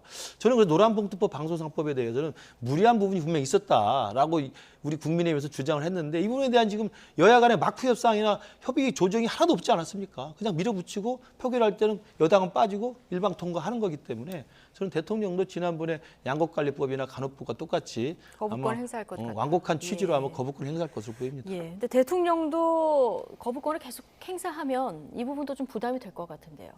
부담이 될까요? 안 될 거. 저는 부담 안 될 것 같습니다. 안 가지고 거부권을 행사할 거라고. 아니, 이미 뭐 대통령은 그냥 불통이에요. 대통이 아니라 불통입니다. 이미 뭐 그거를 온 국민이 알고 있고 정부도 알고 있고 여당도 알고 있고 야당도 알고 있고 그냥 그러니까 뭐 소위 말해서 부담 이제 없이 거부권 행사할 거다. 저는 부담 없이 거부권 뭐 고민하는 척 하시겠지만은 부담 없이 거부권 행사할 거고요. 다만 이제 지금의 이 교착 상태에 있는 대통령 지지율 그리고 이제 뭐 여당의 지지율 이게 이제 반등할 가능성이 있느냐에 대해서 점점 어려워지는 거죠. 그러니까 뭐 김근식 교수님 말씀하셨듯이 정치가 실종됐다 저도 그렇게 생각을 합니다. 근데 이 법의 이제 취지라는 것들이 있잖아요. 그러니까 노란봉투법이라는 거는 실질적으로 원청이 그러니까 고용을 하고 있음에도 불구하고 거기서 노무 관리도 다 하고 월급도 주고 있는데 그 하청 노동자들은 이쪽에 임금 인상이나 뭐 노동 조건 개선을 하지 못하게 하는데 이게 수백만 명이거든요. 이런 사람들이. 그러면 제가 궁금한 거는 그러면 뭐 재계 뭐 경영 부담 뭐 얘기를 하고 있지만은 하청이 권리를 갖는 하청이 원청에 대해서 직접 우리가 교섭을 할 수 있는 권리를 준다라는 건데 그럼 대안이 뭐냐 그러면은 그러니까 제가 묻고 싶은 건 그런 겁니다. 국민의힘이나 집권 여당으로서 엄중하게 이 사안에 보면은 이거에 대해서 이 문제도 중요하잖아요. 경영계의 문제도 중요하지만은 노동계 문제. 노동의 문제 이게 지금 우리나라 비정규직의 굉장히 큰 문제잖아요. 지금. 그러니까 지금 예전에 대우조선해양 지금은 한화가 인수했지만은 거기서 뭐 이제 지부장 제 이름이 생각이 안 나는데 그러니까 쇠창살 안에 들어가가지고 그렇게 집회 시위하고 막 그랬던 일이 있잖아요. 그러니까 대안을 그러면 내면서 뭔가 뭐 이게 틀렸다라고 했는데 대안도 안 만듭니다. 그러니까 이런 것들이 저는 지금 집권 여당이니까 무책임하다 그러니까 이거를 단순히 정말로 여야가 정쟁으로만 볼 수 있는 것이냐 그런 생각이 좀 듭니다. 정부에서는 이렇게 수백 개 노조와 그럼 계속 단체 교섭만 해야 되냐. 1년 내내 파업할 우려도 있다 이렇게 하지만 어쨌든 여당도 반대를 할 거면 대안을 마련해야 된다 이런 지적이셨고요. 저희가 근데 이제 짧게, 노란봉투법에 예. 대해서는 그렇게 좀 논의를 좀 했으면 좋았다는 저는 아쉬움이 있어요. 네. 그런데 방송사법 개정안은 제가 볼 때 명백히 악법입니다. 민주당이 집권했을 때 이런 부분에 대해서 KBS 이사나 MBC 박문진 이사 숫자를 늘려서 절대적 비토권을 가지게 하자라고 수차례 이야기했어요. 그건 민주당이 야당일 때 자기들 했던 거예요. 문재인 정부 5년 동안 입 딱 씻고 자기들 마음대로 방송장악해서 했습니다. 이제 와서 이게 밀어붙이는 거예요. 그것도 이제 뭐 방송협회, 신문학회, 무슨 방송학회, 거기 있는 학회장이나 그 언론노조 그 위원장이라는 게 다 전부 진보 성향의 야권 네. 성향이죠. 그 누가 다 아는 거 아닙니까? 그걸 지금 눈 가리고 앙웅해서 무슨 숫자를 늘려서 뭐 많은 그 의견을 수렴하겠다고 해서 누가 이걸 찬성할 수 있겠습니까? 알겠습니다. 이것도 그 검사 탄핵이랑 똑같은 겁니다. 정말 무리한 입법이에요. 예, 이건 뭐 중요한 법안이니까 국회에서 이렇게 좀 논의를 좀 생산적으로 이어갔으면 하는 그런 국민들의 바람이 계실 것 같고요. 자, 저희는 주제를 시간이 얼마 안 남아서 바꿔보겠습니다. 인유한 혁신위가 청년 미래의 방점이 찍힌 오늘 3호 혁신안을 발표했어요. 네. 어떤 겁니까? 이번에는 이제 청년과 관련해서 미래의 네. 변화를 이야기한 건데 첫 번째 키워드가 우리가 이제 통합이었지 않습니까? 네, 두 그래서 번째가 징계 희생. 취소고 두 번째가 이제 희생. 예. 그래서 이제 무슨 중진들, 윤핵관들 이제 결단을 요구한 거고 세 번째가 이제 청년과 미래에서요. 크게 세 가지 오늘 그 권고안입니다. 예. 45세 미만으로 되어 있는 청년들에게 비례대표 안정 당선권에다가 우선 50% 배치를 하자. 네. 그리고 국민의힘이 당선이 좀 가능한 당선 안정권에 있는 지역구에서 예. 일정 지역구를 뽑아서 청년들만 경선을 시키자. 그럼 영남이나 강남 3구도 여기 들어갈 가능성도 있습니까? 그중에 이제 일정 지역구니까 몇 개를 할지는 모르겠습니다. 예. 그리고 이제 세 번째가 정부기관이나 정부위원회에 일정 비율의 청년 그 배분을 확정해서 의무화시키자. 이 네. 세 가지이기 때문에 아마 청년들에 대한 정책적, 제도적, 정치적 아마 그 배려를 이번에 명문한 것으로 보입니다. 알겠습니다. 2호 혁신안도 오늘 당 최고위에 보고됐는데요. 여기 보고된 안건보다 사실 오늘 보고 안 된 권고안, 그 중진 지도부 대통령과 친한 분들의 어떤 불출마나 험지 출마 이거에 대해서는 이제 보고가 안 되지 않았습니까? 그런데 당사자들 가운데 아직 반응을 보인 분들은 없고요. 그러니까 뭐 어떻게 되는 걸까요? 그러니까 이게 용퇴하라고 하면은 예. 누가 용퇴를 하겠습니까? 저는 이게 예. 지금 인유한 위원장이 조금 무리하게 저는 하고 있다라고 보고 있고요. 이 물론 부분은? 예, 그러니까 뭐 충정은 알겠어요. 뭐 당을 바꿔야 된다, 뭐 이런 부분도 있고, 뭐 이제 너무 뭐 특정 이제 좋은 지역에서 뭐 오래 해먹는다, 뭐 이런 이제 여론도 있는 건 아는데 글쎄요. 그러니까 인유한 위원장 저는 이제 두 가지 포인트를 보는데 네. 하나는 인유한 위원장이 이 얘기를 했을 때 당내 국민의힘 당내 중진들이 좀 움찔했어요. 그러니까 대통령의 마음이 실린 것 아니냐. 근데 그게 좀 다 탄로난 것 같습니다. 별로 거기에 대통령의 뭐 의중이 있는지는 없는지 모르겠으나 그 정도로 이게 세게 지금 이렇게 힘이 실려서 하는 건 아니다. 뭐 이렇게 좀 보는 것 같아요. 지금 보니까. 왜냐하면은 네. 지금 예를 들면 주호영 의원 같은 경우에도 뭐 윤핵관은 아니지만 영남에서 이제 대구에서 5선 하신 분이잖아요. 지역구를 왜 서울 안 옮기냐. 간다. 예. 이렇게 얘기를 했잖아요. 아니, YS가 옮겼냐, 김종 JP가 옮겼냐, 바이든은 40년 했다 한 지역구에서 뭐 이런 얘기도 했거든요. 그러니까 이게 사실은 그러니까 이런 식으로 진행이 되는 게 별로 좀 체계적이지 않은 거죠, 사실은. 그러니까 인용한 위원장이 뭐 어떤 마음을 가지셨는지 모르겠으나 이게 당내 좀 분란만 더 일으키는 게 아닌가 그런 생각이 많이 듭니다. 예. 그러니까 이게 2호 혁신안을 냈는데 여기에 반응하는 사람들이 없으면 이게 오히려 또 악재가 될 수 있다 이런 뭐 지적도 나오는데요. 자, 어쨌든 용퇴 요구에 지금 하겠다 이런 분들은 없고요. 장제원 의원 같은 경우도 사실 상징적인 인물 아니겠습니까? 그런데 주말에 버스가 90대 동원되는 그 지역구 외곽 행사에 참석한다 이런 또 소식이 전해져서요. 이 행보는 어떻게 해석을 하십니까? 그러니까 이 부분은 제가 좀 설명을 드리면요. 예. 오늘 그러니까 2호 건의 권고안 중에서 제도적인 거, 그러니까 뭐 불체포 특권을 당론에 명기한다. 그다음에 의원 세비를 축소한다. 네. 뭐 의원의 숫자를 정원을 축소한다. 이런 건 이제 우리 당론으로 정할 수 있는 제도적인 거니까 그건 당연히 보고를 해가지고 최고위가 의결을 하면 되는 네. 거예요. 그러나 이게 지금 말씀하신 영남 다선 의원, 당 지도부, 윤핵관 결단 이게 무슨 제대로 할 수 있는 게 아니잖아요. 그렇죠. 의결할 수는 없지만 본인의 관심은 결단이고 가는 거죠. 본인의 예. 그 희생이잖아요. 그러니까 이것은 그걸 명문화 박아가지고 뭐 의원 세비 축소라고 하는 식으로 같이 넣을 수 있는 것은 저는 아니라고 생각합니다. 그래서 보고사항에 들어가지 않는 건 맞고요. 그다음에 이렇게 해서 그 공을 쏘아 올렸지 않습니까? 그래서 모든 지금 언론과 모든 여론이 누가 용태를 하느냐 지켜보고 있는 거예요. 다 사실은 몇 명 지켜보고 있습니다. 많지도 않지 않습니까? 뭐 다 뭐 수십 명 되는 사람이 다 험지 출마하고 불출마하겠습니까? 그건 전략적으로도 안 되고 효율성도 없어요. 네. 몇몇 상징적인 인물만 쳐다보고 있는 겁니다. 그분도 다 알아요. 근데 시간을 줘야 되지 않겠습니까? 이미 언론에 공론화됐고 메시지는 정해져 있고 예. 그리고 용태를 하느냐 안 하느냐 희생과 결단을 수용하느냐 안 하느냐는 본인의 이 결단이기 때문에 시간을 주는 게 맞고요. 그럼 장제원 의원은 저는 그 이게 나가겠다는 겁니까? 아니면 저는 장제원 의원의 그 90대 과시도 네. 그렇게 내가 힘이 있지만 용퇴하겠다는 걸 보여주기 위한 저는 퇴로 전략이 아닌가 싶어요. 그렇게 하는 게 저는 그 수밖에 없다고 생각합니다. 만약에 인유한 혁신위에서 이렇게까지 이야기를 해서 공을 쏘아 올렸고 여론이 뒷받침을 하고 내년 총선에서 수도권에서 이기려면 그래도 이런 정도의 최소한의 희생은 있어야 된다는 게 중론인데 예. 아무도 나가지 않고 스스로 버티고 있으면 어떻게 하겠습니까? 그러다가 이게 비대위로 넘어갈 수 있습니다. 김준우 에디터 왜 웃으셨어요? 그러니까 이런 거죠. 자, 지금 권성동 의원 같은 경우에도 뭐 이제 다른 라디오 방송이나 이런 데서 나왔는데 나는 무소속이라도 출마하겠다 이런 얘기들이 이제 뭐 문자가 있었다는 얘기가 있었고 네. 그리고 김기현 대표 같은 경우에도 며칠 전에 내가 의원으로서 할 일은 다 했다라고 얘기를 했는데 갑자기 일에는 순서가 있는 것이다 얘기하고 있고 좀 장제원 의원도 그렇고 뭐 아까 전에 이제 그 주호영 의원도 그렇고 그러니까 이게 뭐가 두 가지를 봐야 되는데 한 가지는 뭐냐면은 대통령의 당무 개입 당 장악력이 지금 떨어지고 있다는 거 보이는 거예요. 그러니까 예전에 당대표 선거할 때는 무슨 수를 써서라도 찍어 눌러가지고 지금 5등하던 김기현을 지금 1등으로 올렸잖아요. 거기서 온갖 파열음이 났잖아요. 숨죽이고 있었거든요. 근데 지금은 이제 보궐선거 지고 지금 민심이 대통령이 무리하게 독주하고 당무 개입하고 이거에 대해서 지금 바꿔야 된다는 여론이 있고 네. 만약에 그렇게 갈 경우에는 당이 더 나락으로 떨어지고 지금 총선 참패할 것 같으니까 용산에서도 함부로 카드를 못 꺼내는 겁니다. 그거를 미묘하게 지금 이 영남 의원들이 그리고 윤핵관들이 다 감지를 하고 있는 거예요. 물론 이 중에서는 일부는 또 뭐 대통령실 지금 개편하고 있으니까 일부는 뭐 나는 불출마하겠소 하면서 들어갈 수도 있겠죠. 근데 전체적으로 지금 예전에 지금 몇 달 전에 용산에서 하던 방식으로 하기가 지금 당이 만만하지 않게 되고 있다. 요거를 네. 지금 알 수가 있는 거죠. 그래서 지금 험난할 겁니다. 굉장히 험난한 지금 일이 벌어질 것 같아요. 네. 근데 저게 이제 그게 저희가 한꺼번에 질문을 드리겠습니다. 준비한 진도를 좀 나가야 해서. 예. 네, 어쨌든 영남 중진 물갈이론과 함께 이 자리에 대통령실 참모들이 전략 공천되는 거 아니야 이런 우려도 사실 나오지 않았습니까?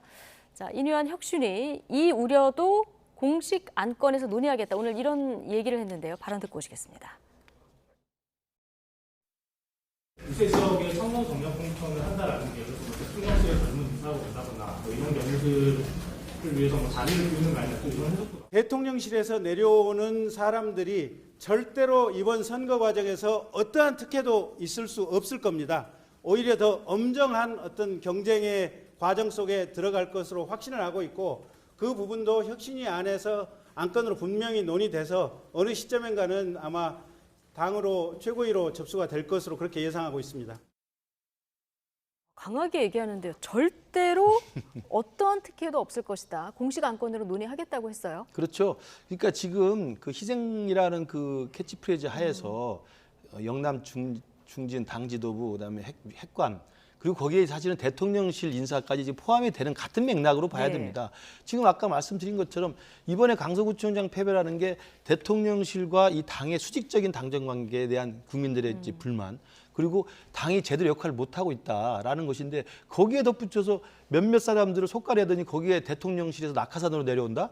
그리고 지금 대통령의 지지도가 높지 않지 않습니까? 문재인 때 청와대 근무한 경력이 뭐 훈장이 돼가지고 내려가서 뭐 공천받은 사람들은 지지율이 50%가 넘었어요. 지금 30%대 횡보로 그냥 유지하고 있습니다. 그런데 대통령실에 있다는 이유만으로 저 중진들이나 핵관들 뽑아낸 자리에 낙하산으로 내려가겠다 이런 생각을 하는 것 자체가 용산에 계신 분들은 대통령을 잘못 모시는 겁니다.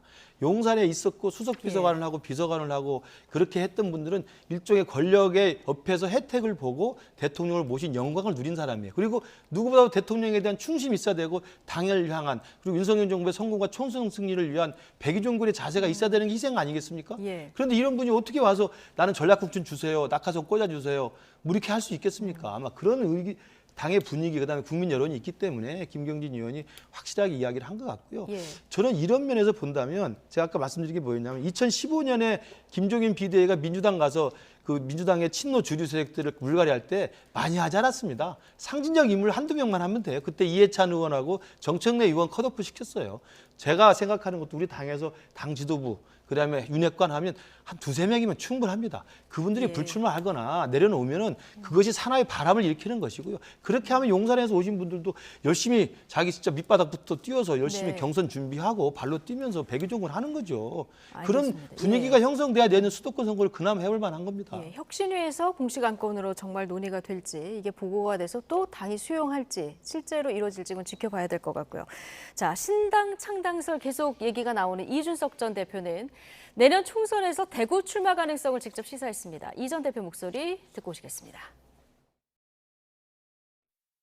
제가 그런 역할을 해달라는 요구가 있을 때는 저는 당연히 어렵다는 이유로 회피하지 않겠다. 대구에 출마한다고 하면은 사실 대구의 12개 지역구 모두 다 신당으로 도전하는 사람에게는 아주 어려운 도전일 것입니다. 가장 반개혁적인 인물과 저는 만약 한다면 승부를 보겠습니다. 주호영 대표가 지금 윤석열 정부의 실정에 어떤 책임이 있는 분이라 보기 어렵다고 생각합니다. 이분을 혁신의 대상으로 삼는다는 것이 저는 환자를 잘못 찾았다. 환자는 서울에 있다.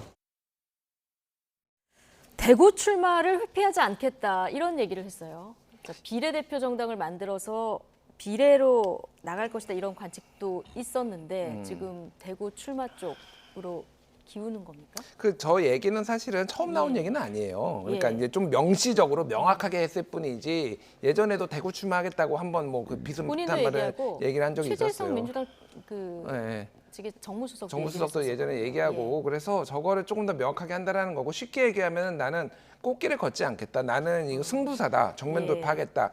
그러니까 이번 총선의 기조는 반윤입니다. 반윤. 그러니까 야당의 기조나 아니면은 이게 국민의힘을 제외한 나머지는 반윤인데 누가 반윤의 정면 돌파를 하느냐. 예를 들면 이재명 대표도 지금 험지 출마 얘기 막 나오고 있는데 뭐 어떻게 할지는 모르겠으나 뭐 대구로 가야 된다, 안동으로 가야 된다, 뭐 딴 데 가야 된다 얘기 있잖아요. 그거하고도 비교되는 거예요, 사실은. 그러니까 본인이 저거는 이제 일종의 모험수긴 하지만은 판돈을 키운 거고 어느 분은 굉장히 큰 이제 상징적인 거를 이제 얻을 수 있을 겁니다. 당으로 그리고 돌아갈 생각은 전혀 지금은 저는 없다고 보고 있고요. 제가 뭐 이준석 대표랑 뭐 개인적으로 뭐 소통하거나 그러지는 않지만은 제가 이제 뭐 가끔 방송도 같이 하고 이런 걸로 제가 알아본 바로는 지금은 그냥 신당 창당을 거의 100%라고 거의 보시면 될 것 같고 전제 조건은 윤석열 대통령이 변화하는 거잖아요.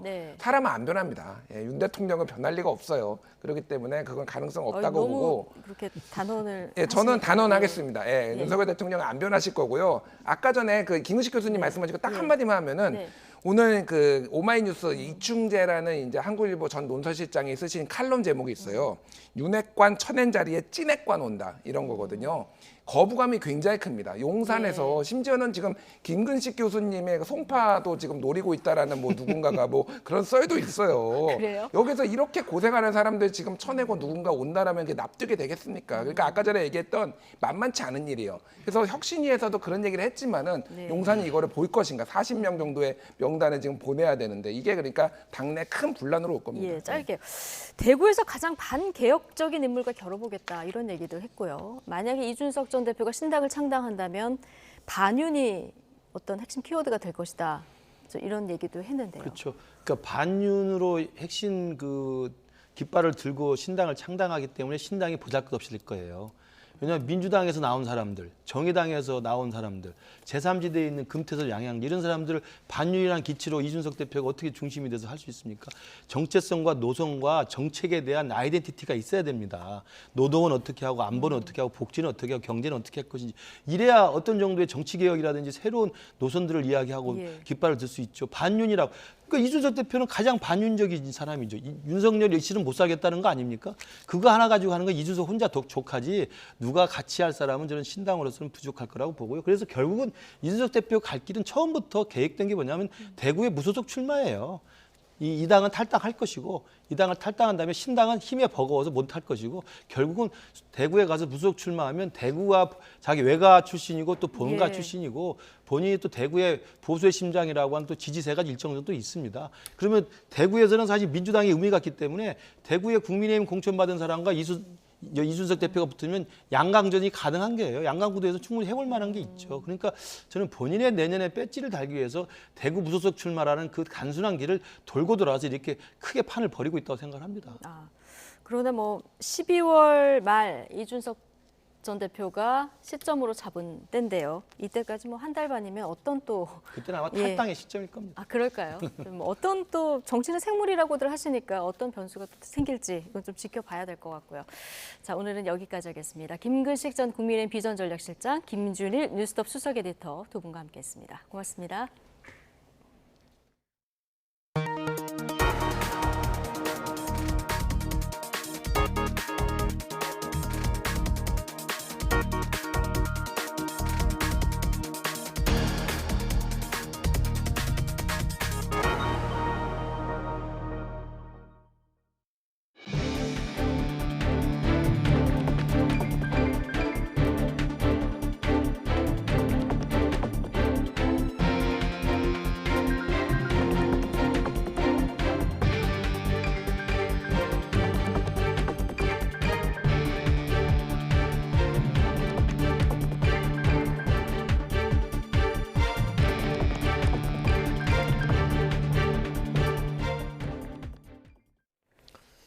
서울교통공사 노조의 이른바 경고 파업이 오늘 오전에 시작한 가운데 서울시가 추가 인력 13,000여 명을 투입하는 등의 대응에 나서면서 오늘 전체 운행률이 80% 수준을 유지했습니다. 오후 6시부터 8시까지 퇴근 시간대 운행률은 87%로 나타났습니다. 또 노사가 파업 전 체결한 필수 유지 협정에 따라 오늘 오전 9시 전까지 출근 시간에는 평소와 다름없이 정상 운행했습니다. 내일 이틀째 지하철 파업은 오후 6시까지 예고돼 있어서 퇴근길에는 영향을 주지 않을 전망입니다. 네, 서울교통공사 노동조합은 오늘부터 이틀 동안 서울 지하철 파업에 돌입하면서 출정식을 열었습니다. 노조 측은 사측의 적자 비용을 인원 감축으로 해결하려고 한다며 사측의 경영 개선안을 비판했습니다. 직접 들어보겠습니다. 연 5천억에 달하는 서울 지하철 공공서비스 적자 주요 부분을 본인은 2212명, 2026년까지 감원으로 해결하겠다고 합니다. 안전은 터치하고 2215명 줄여서 과연 지하철 적자가 해결이 됩니까? 1월 1일 현장에 인원이 안 들어옵니다. 고생했던 선배들이 지하철을 떠나가는데 그 자리에 들어올 인력이 없습니다. 합의서를 쓰면 뭐합니까? 지키지 않는데. 그리고 뻔히 내년 1월 달에 현장 인력이 비면서 우리 조합원들이 힘들어질 것을 아는데 시민의 안전을 위해서 싸우기에 나왔습니다. 시민 여러분, 우리들은 임금을 위해서 이 자리에 나온 게 아닙니다. 서울시는 자료를 내고 명분 없는 파업에 타협은 없다고 밝혔습니다. 이어서 시민 불편을 담보로 하는 파업에는 원칙으로 대응해서 오랜 기간 이어진 악습을 뿌리 뽑겠다고 했습니다. 서울시는 한국노총 소속 노조가 파업에 불참하는 점도 언급하면서 직원 사이에서도 부정적 기류가 감지되고 있다며 시민에게 불편을 끼치면 법과 원칙에 따라 조치할 것이라고 덧붙였습니다.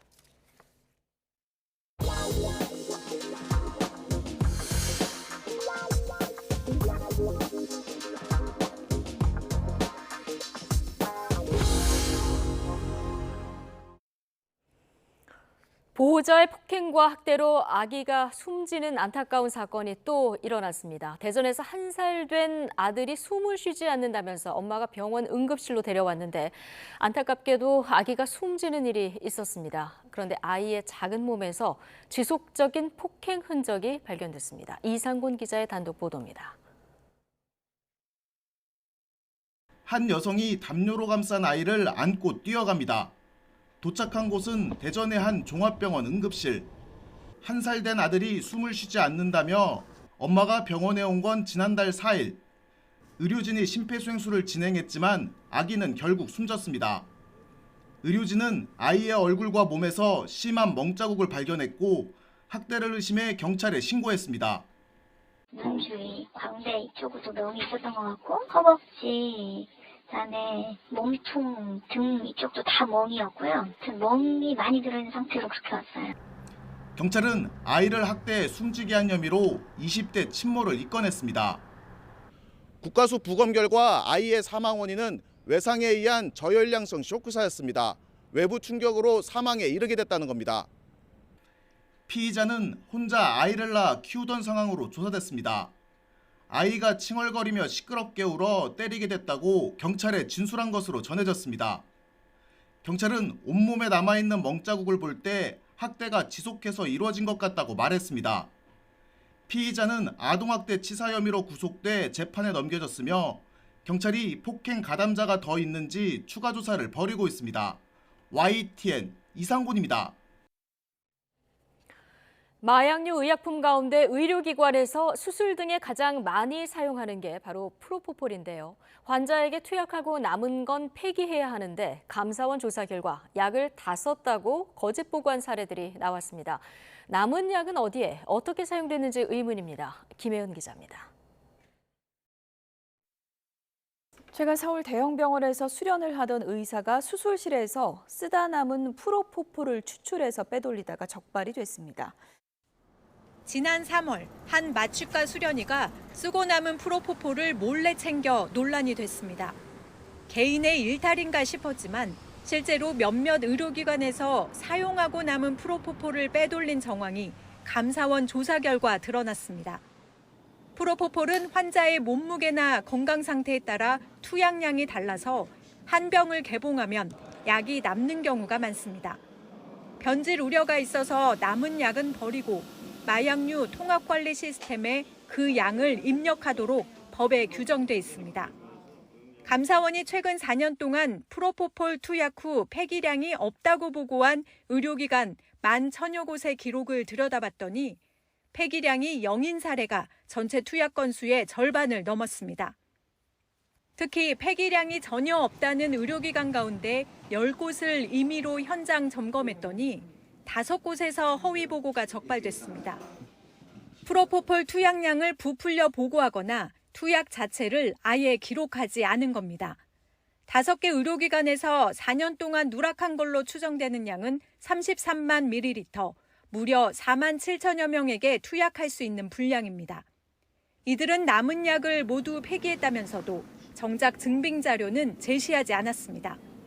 감사원은 식품의약품안전처가 프로포폴 사용량 위주로만 현장 조사를 하다 보니 이런 허위 보고 사례를 제대로 감시하지 못했다고 지적했습니다.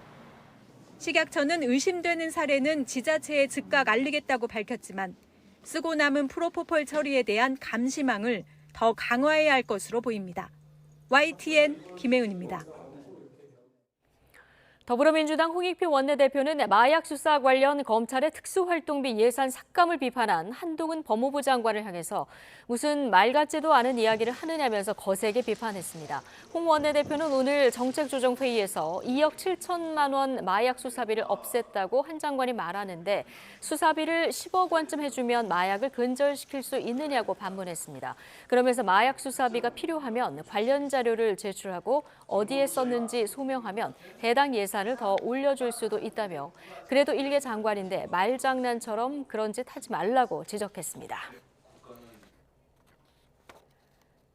이에 대해서 한동훈 법무부 장관은 마약 막는 세금으로 갑질하는 것이라고 비판했습니다. 한 장관은 오늘 국회에서 홍 원내대표의 발언과 관련한 입장을 묻는 기자들의 질문에 그게 국민 세금이지 홍익표 개인 돈은 아니지 않느냐면서 이같이 말했습니다.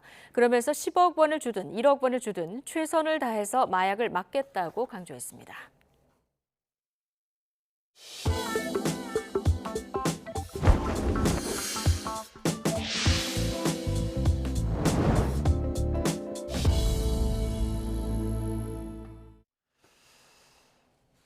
네, 외국에만 있는 줄 알았던 빈대가 최근 국내 곳곳에서 출몰하면서 공포가 커지고 있습니다. 온라인 쇼핑몰에서는 빈대 살충제가 판매 상위권에 오르게 됐는데요. 정부가 빈대 현황판까지 만들어서 이렇게 총력 대응에 나선 가운데 빈대 정보집도 발간을 했습니다. 가장 걱정이 되는 건 그래서 우리 집에 빈대가 있나 없나 일 텐데요. 빈대는 주로 밤에 자는 사람의 피를 빨기 때문에 매트리스나 베개의 시접 부분 또는 침대 틈새 같이 사람이 잠자는 위치와 가까이 서식합니다. 하지만 빛을 싫어해서 밝을 때는 깊숙이 숨어 있어서 발견하기가 쉽지 않은데요. 만약 팔, 손, 모, 다리 등에 연달아 물린 자국이 생겼거나 젓갈색의 빈대 배설물, 혈흔, 허물 같은 흔적이 발견되면 빈대가 있을 가능성이 크고요. 또 캄캄한 밤에 조용히 들어가서 갑자기 손전등을 비추면 어두운 곳으로 숨으려는 움직이는 빈대를 찾을 수 있습니다. 특히 침대 모서리나 매트리스 사이가 집중 확인 포인트입니다. 지금 확산하는 빈대는 내성이 강해서 기존 살충제로는 죽지 않는다고 하죠. 정부가 이르면 내일 대체 살충제 긴급 사용을 승인할 계획인 가운데 서울시도 선제 방역에 나섰습니다. 숙박업소는 물론 지하철 등 대중교통시설에도 방역을 강화하고 있습니다. 김종균 기자의 보도입니다. 하얀 방역복과 마스크로 무장한 방역업체 직원들이 쪽방촌을 누빕니다. 180도가 넘는 고온 스팀 소독기로 이불, 옷까지 방바닥 구석구석 일일이 훑어내립니다. 혹시 있을지 모를 빈대를 잡기 위해서입니다. 빈대는 없는데 뭐 뉴스에 보니까 빈대가 많이 나온다니까 걱정은 많이 되지요. 서울시는 쪽방촌 60여 가구를 대상으로 빈대 방역 작업을 벌였습니다.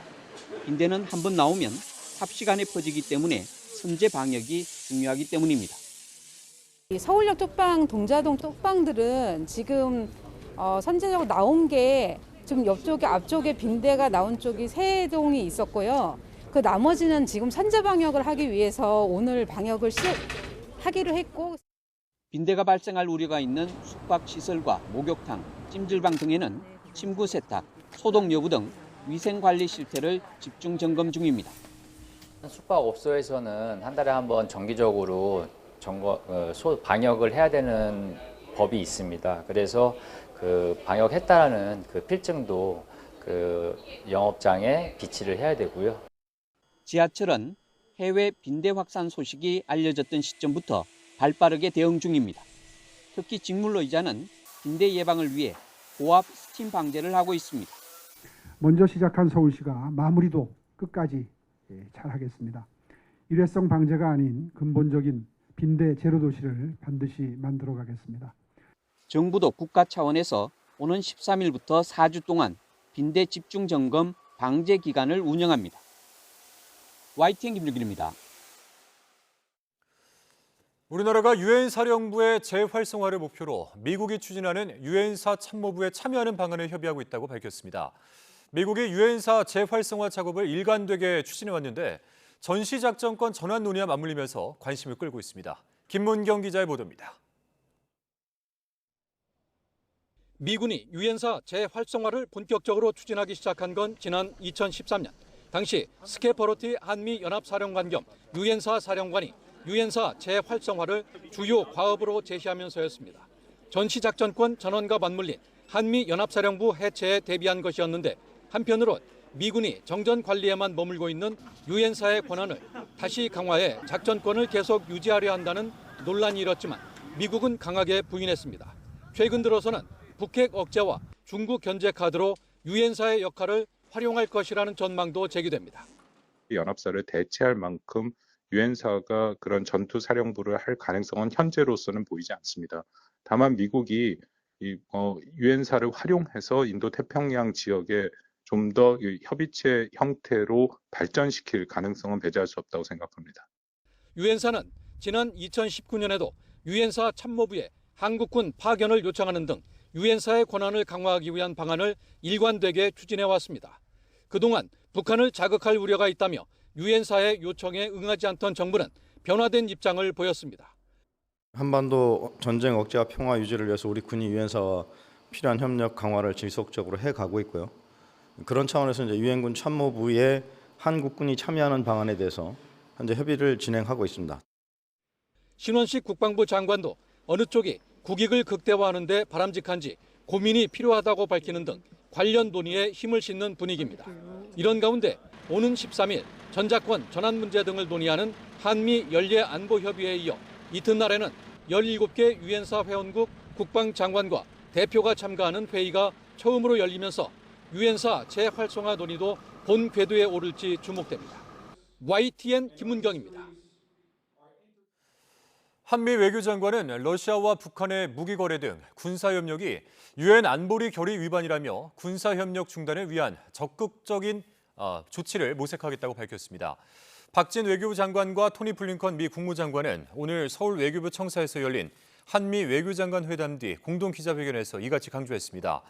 블링컨 장관은 특히 북러 협력은 쌍방향 관계라며 북한이 러시아에 군사 장비를 제공하는 것뿐만 아니라 러시아가 북한의 군사 프로그램을 위해서 기술적 지원을 하는 것에 대해 한미 양국이 크게 우려하고 있다고 지적했습니다. 박 장관은 중국도 북러가 밀착하는 것에 대해 좋아할 입장은 아니라고 생각한다며 북한에 대한 중국의 건설적 역할 필요성도 강조했습니다. 더불어민주당이 발의한 이동관 방송통신위원장 탄핵소추안이 국회 본회의에 보고됐습니다. 앞서 민주당은 이 위원장이 가짜뉴스를 근절한다며 방송사에 무리한 자료를 요구해 언론 자유를 침해했고 MBC 대주주 방송문화진흥회 이사진을 자의적으로 추가 해임하는 등 법률을 위반했다고 주장하며 탄핵안 발의를 당론으로 정했습니다. 오늘 본회의에는 또한 민주당이 발의한 고발사주 의혹이 있는 손준성 대구 고검 차장검사와 자녀 위장 전입 의혹 등이 있는 이정섭 수원지검 2차장 검사 탄핵소추안도 본회의에 보고됐습니다. 네, 앞서 전해드린 더불어민주당의 검사 탄핵 시도는 지난 9월에 이어서 이번이 두 번째입니다. 이따른 검사 탄핵안에 이원석 검찰총장은 이재명 대표 수사에 대한 보복 탄핵이라며 격하게 반발했습니다. 홍민기 기자입니다. 더불어민주당이 현 정부 들어 현직 검사 탄핵안을 발의한 건 이번이 두 번째입니다. 지난 9월 간첩 조작 사건 피해자 유우성 씨를 보복 기소했다는 의혹을 받는 수원지검 안양지청 안동환 차장검사의 탄핵안이 헌정사상 처음으로 가결된 지 49일 만입니다. 이번 탄핵 대상 가운데 한 명인 손준성 대구고검 차장검사는 윤석열 대통령의 검찰총장 시절 윤곽이로 불리는 수사정보 정책관으로 근무한 측근입니다. 지난 21대 총선을 앞두고 윤 대통령에게 비판적인 야당과 언론인들을 표적 수사하기 위해 고발 사주를 했다는 의혹의 핵심 인물로 일찌감치 야당이 탄핵을 검토해왔습니다. 그런 내용의 문건을 작성한 적이 있는데 문건 내용을 제시해 보십시오. 재판 진행 중이므로 증언을 거부하겠습니다. 수원지검에서 이재명 대표 관련 사건을 지휘하는 이정섭 차장검사는 최근 국정감사장에서 불거진 개인 비위 의혹으로 탄핵안에 올랐습니다. 딸의 명문학교 입학을 위한 위장 전입과 검찰 선후배들에게 처남이 운영하는 골프장을 싼 값에 예약해줬다는 의혹 등입니다. 이 차장검사는 위장 전입은 인정하고 사과했지만 나머지 의혹은 부인해 현재 검찰 조사가 진행 중입니다. 민주당의 잇따른 검사 탄핵 시도에 이원석 검찰총장은 협박 탄핵이라며 강하게 반발했습니다. 민주당의 검사 탄핵은 검사의 당대표 수사에 대한 보복 탄핵입니다. 그래도 검찰을 탄핵하겠다고 한다면 검사들을 탄핵하지 말고 이재명 대표에 대한 수사와 기소를 책임진 저를 검찰총장을 탄핵하십시오. 민주당 출신 의원들 비위까지 직접 거론하며 이례적으로 격앙된 발언을 쏟아냈습니다. 피해자 할머니들의 보조금을 빼돌린 국회의원, 국회에서 폭력을 행사한 국회의원, 부동산 투기를 한 국회의원, 이 국회의원들에 대한 탄핵이나 제명은 우리 현실상 불가능합니다. 탄핵이 발의된 점에 대해서 정치적이라고 저희는 해석하지 않을 수 없습니다. 대검찰청 역시 제1당 권력을 남용해 검찰에 보복하고 수사와 재판을 방해하려는 정치적 의도라며 공개적으로 반박했습니다. 탄핵 대상에 오른 두 검사는 별다른 입장을 밝히지 않았지만 이재명 대표와 검찰의 악연에 더해 이원석 총장까지 사법의 정치화를 비난하고 나서면서 탄핵안을 둘러싼 후폭풍이 만만치 않을 전망입니다. YTN 홍민기입니다. 국민의힘 혁신위원회가 청년들에게 당선권 비례대표 자리와 우세 지역구를 배려하자는 추가 혁신안을 내놓으면서 사실상 당 주류 세력의 거취를 다시 한번 압박했습니다. 더불어민주당 안에서도 비명계를 중심으로 퍼져나가던 이재명 대표 험지 출마론이 점차 확산되는 분위기입니다. 강민경 기자입니다. 통합과 희생에 이어 청년을 쏘아올린 국민의힘 혁신위원회의 화살은 또다시 당 주류 세력을 향했습니다. 비례대표 당선권의 절반 이상을 45세 미만 청년으로 채우고 우세 지역구 일부는 아예 청년들만의 경선판으로 만들자는 게 혁신위의 세 번째 제안입니다. 청년이 좀 신선한 실력 경쟁을 해서 좋은 일자리를 가질 수 있도록 또 참여를 할 수 있도록 여러분 청년이 미래입니다. 청년 세대로의 교체를 표면에 내걸면서 동시에 당내 주류 세력에 대한 인적 쇄신 의지를 거듭 공식화한 것으로 해석됩니다.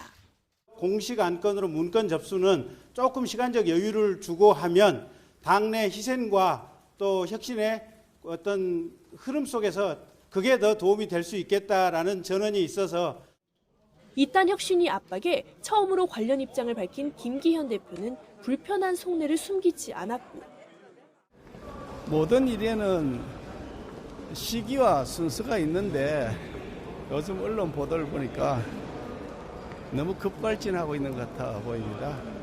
급하게 밥을 먹으면 체하기 십상이니까.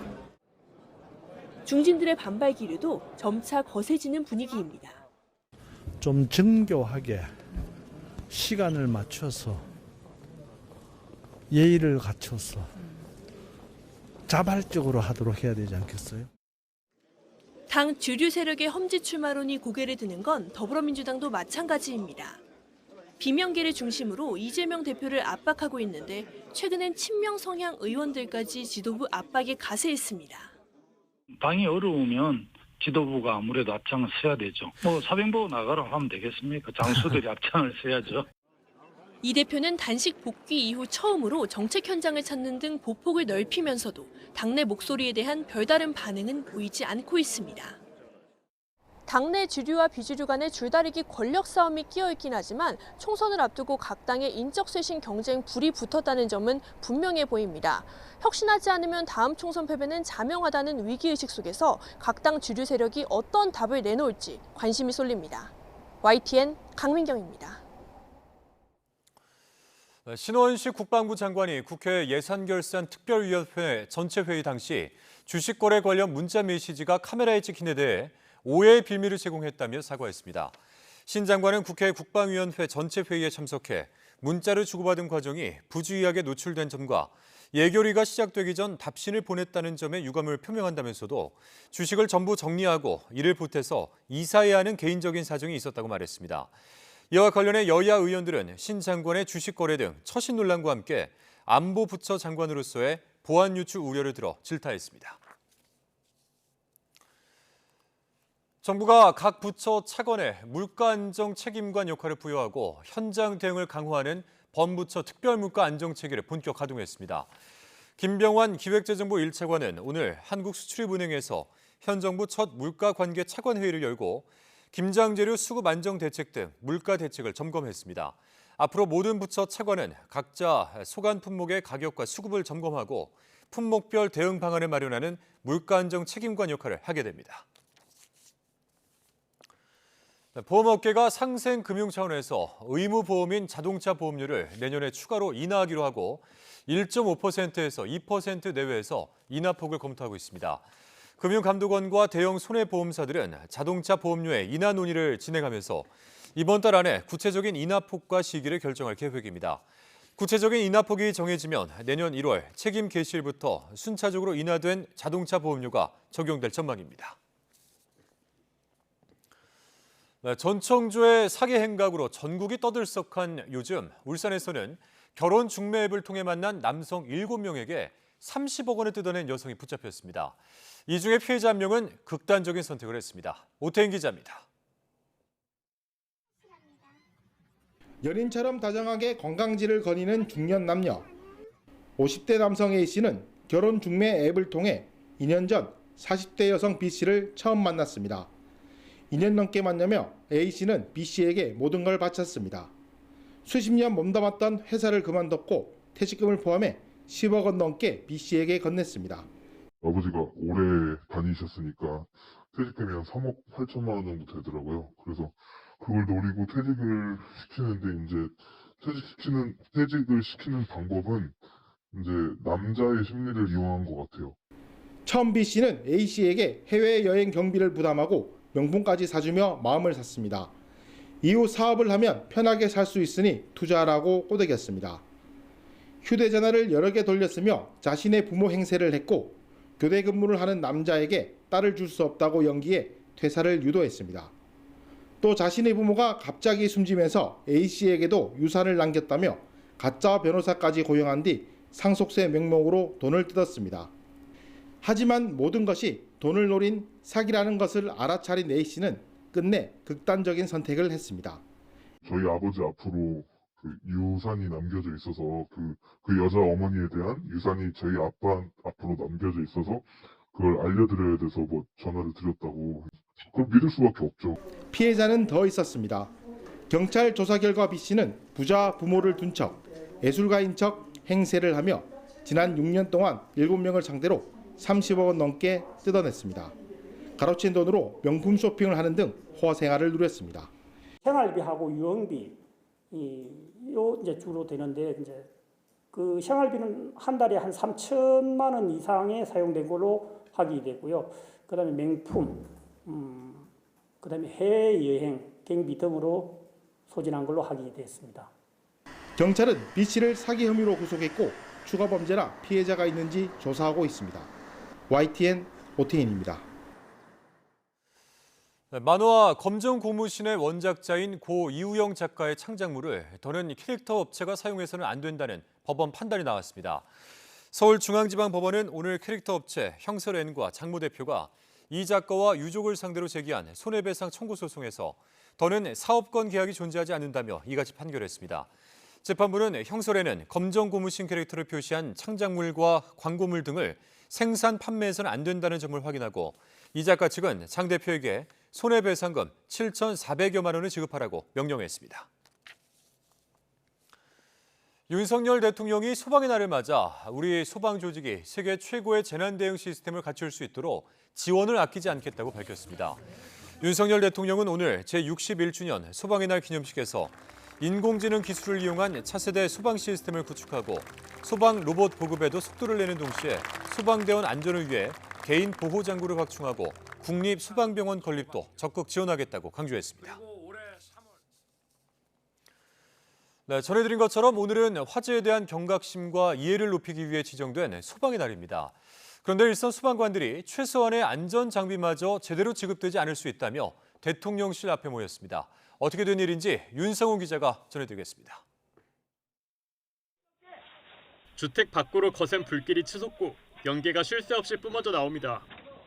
불길에도 아랑곳하지 않고 소방대원들은 거침없이 현장으로 뛰어듭니다. 매캐한 연기가 뒤덮은 주택 안에도 소방대원들은 구조할 사람이 있는지 살피느라 분주합니다.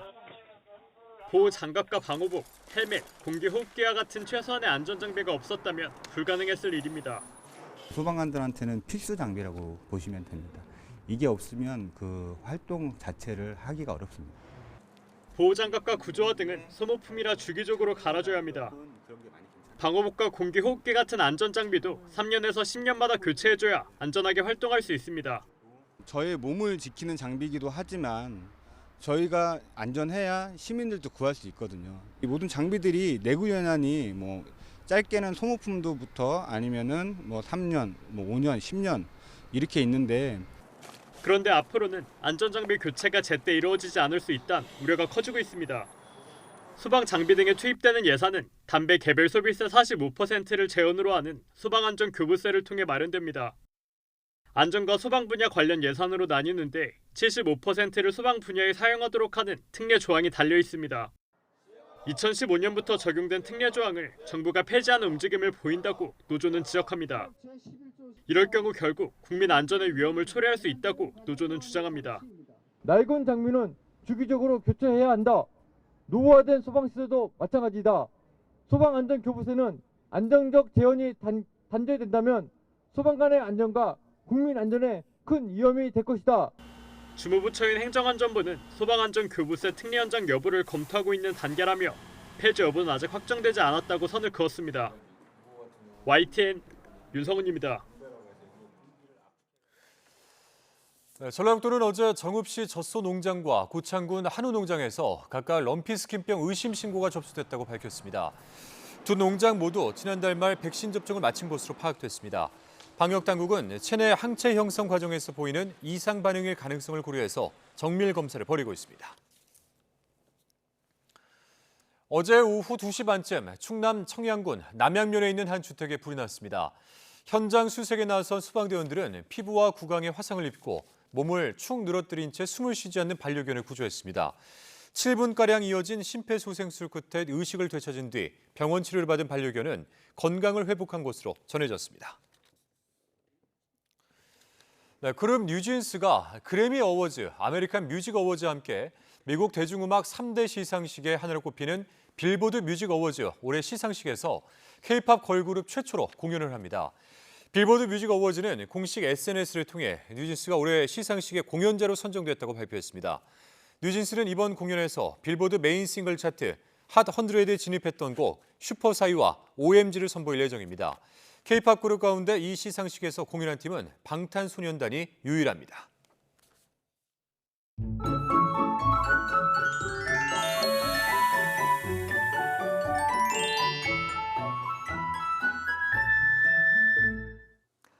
하루 만에 다시 초겨울 같은 추위가 찾아옵니다. 비구름의 뒤를 따라 찬 공기가 유입되면서 기온이 빠르게 떨어지고 있는데요. 내일 서울 아침 기온이 1도, 체감 온도는 영하 2도까지 떨어지겠고 한낮에도 7도에 머무는 등 오늘보다 10도 이상 낮아 무척 쌀쌀하겠습니다. 종일 보온에 신경 써주시기 바랍니다. 남부지방을 중심으로 오락가락 비가 내리고 있는데요. 오전까지 제주도에 최고 50mm, 다른 지역은 5에서 30mm의 비가 더 오겠고 이후 날이 점차 개겠습니다. 또 밤사이 내린 비가 얼어 도로에 살얼음이 만들어지는 곳이 있겠고 중부 내륙에는 서리가 내리거나 얼음이 관측되는 곳이 많겠습니다. 피해 없도록 주의해 주시기 바랍니다. 내일 아침 기온은 서울이 1도, 철원 영하 2도, 대전 3도로 특히 중부 내륙을 중심으로 기온이 크게 낮아지겠습니다. 낮 기온은 서울이 7도, 대전 10도, 광주 11도, 대구 13도로 예년보다 4도에서 7도가량 낮겠습니다. 주말에는 기온이 더 낮아지면서 다음 주 초반까지 영하권 추위가 계속될 전망입니다. 날씨 정보였습니다. 목요일 뉴스나이트 마치겠습니다. 함께해 주신 여러분 고맙습니다.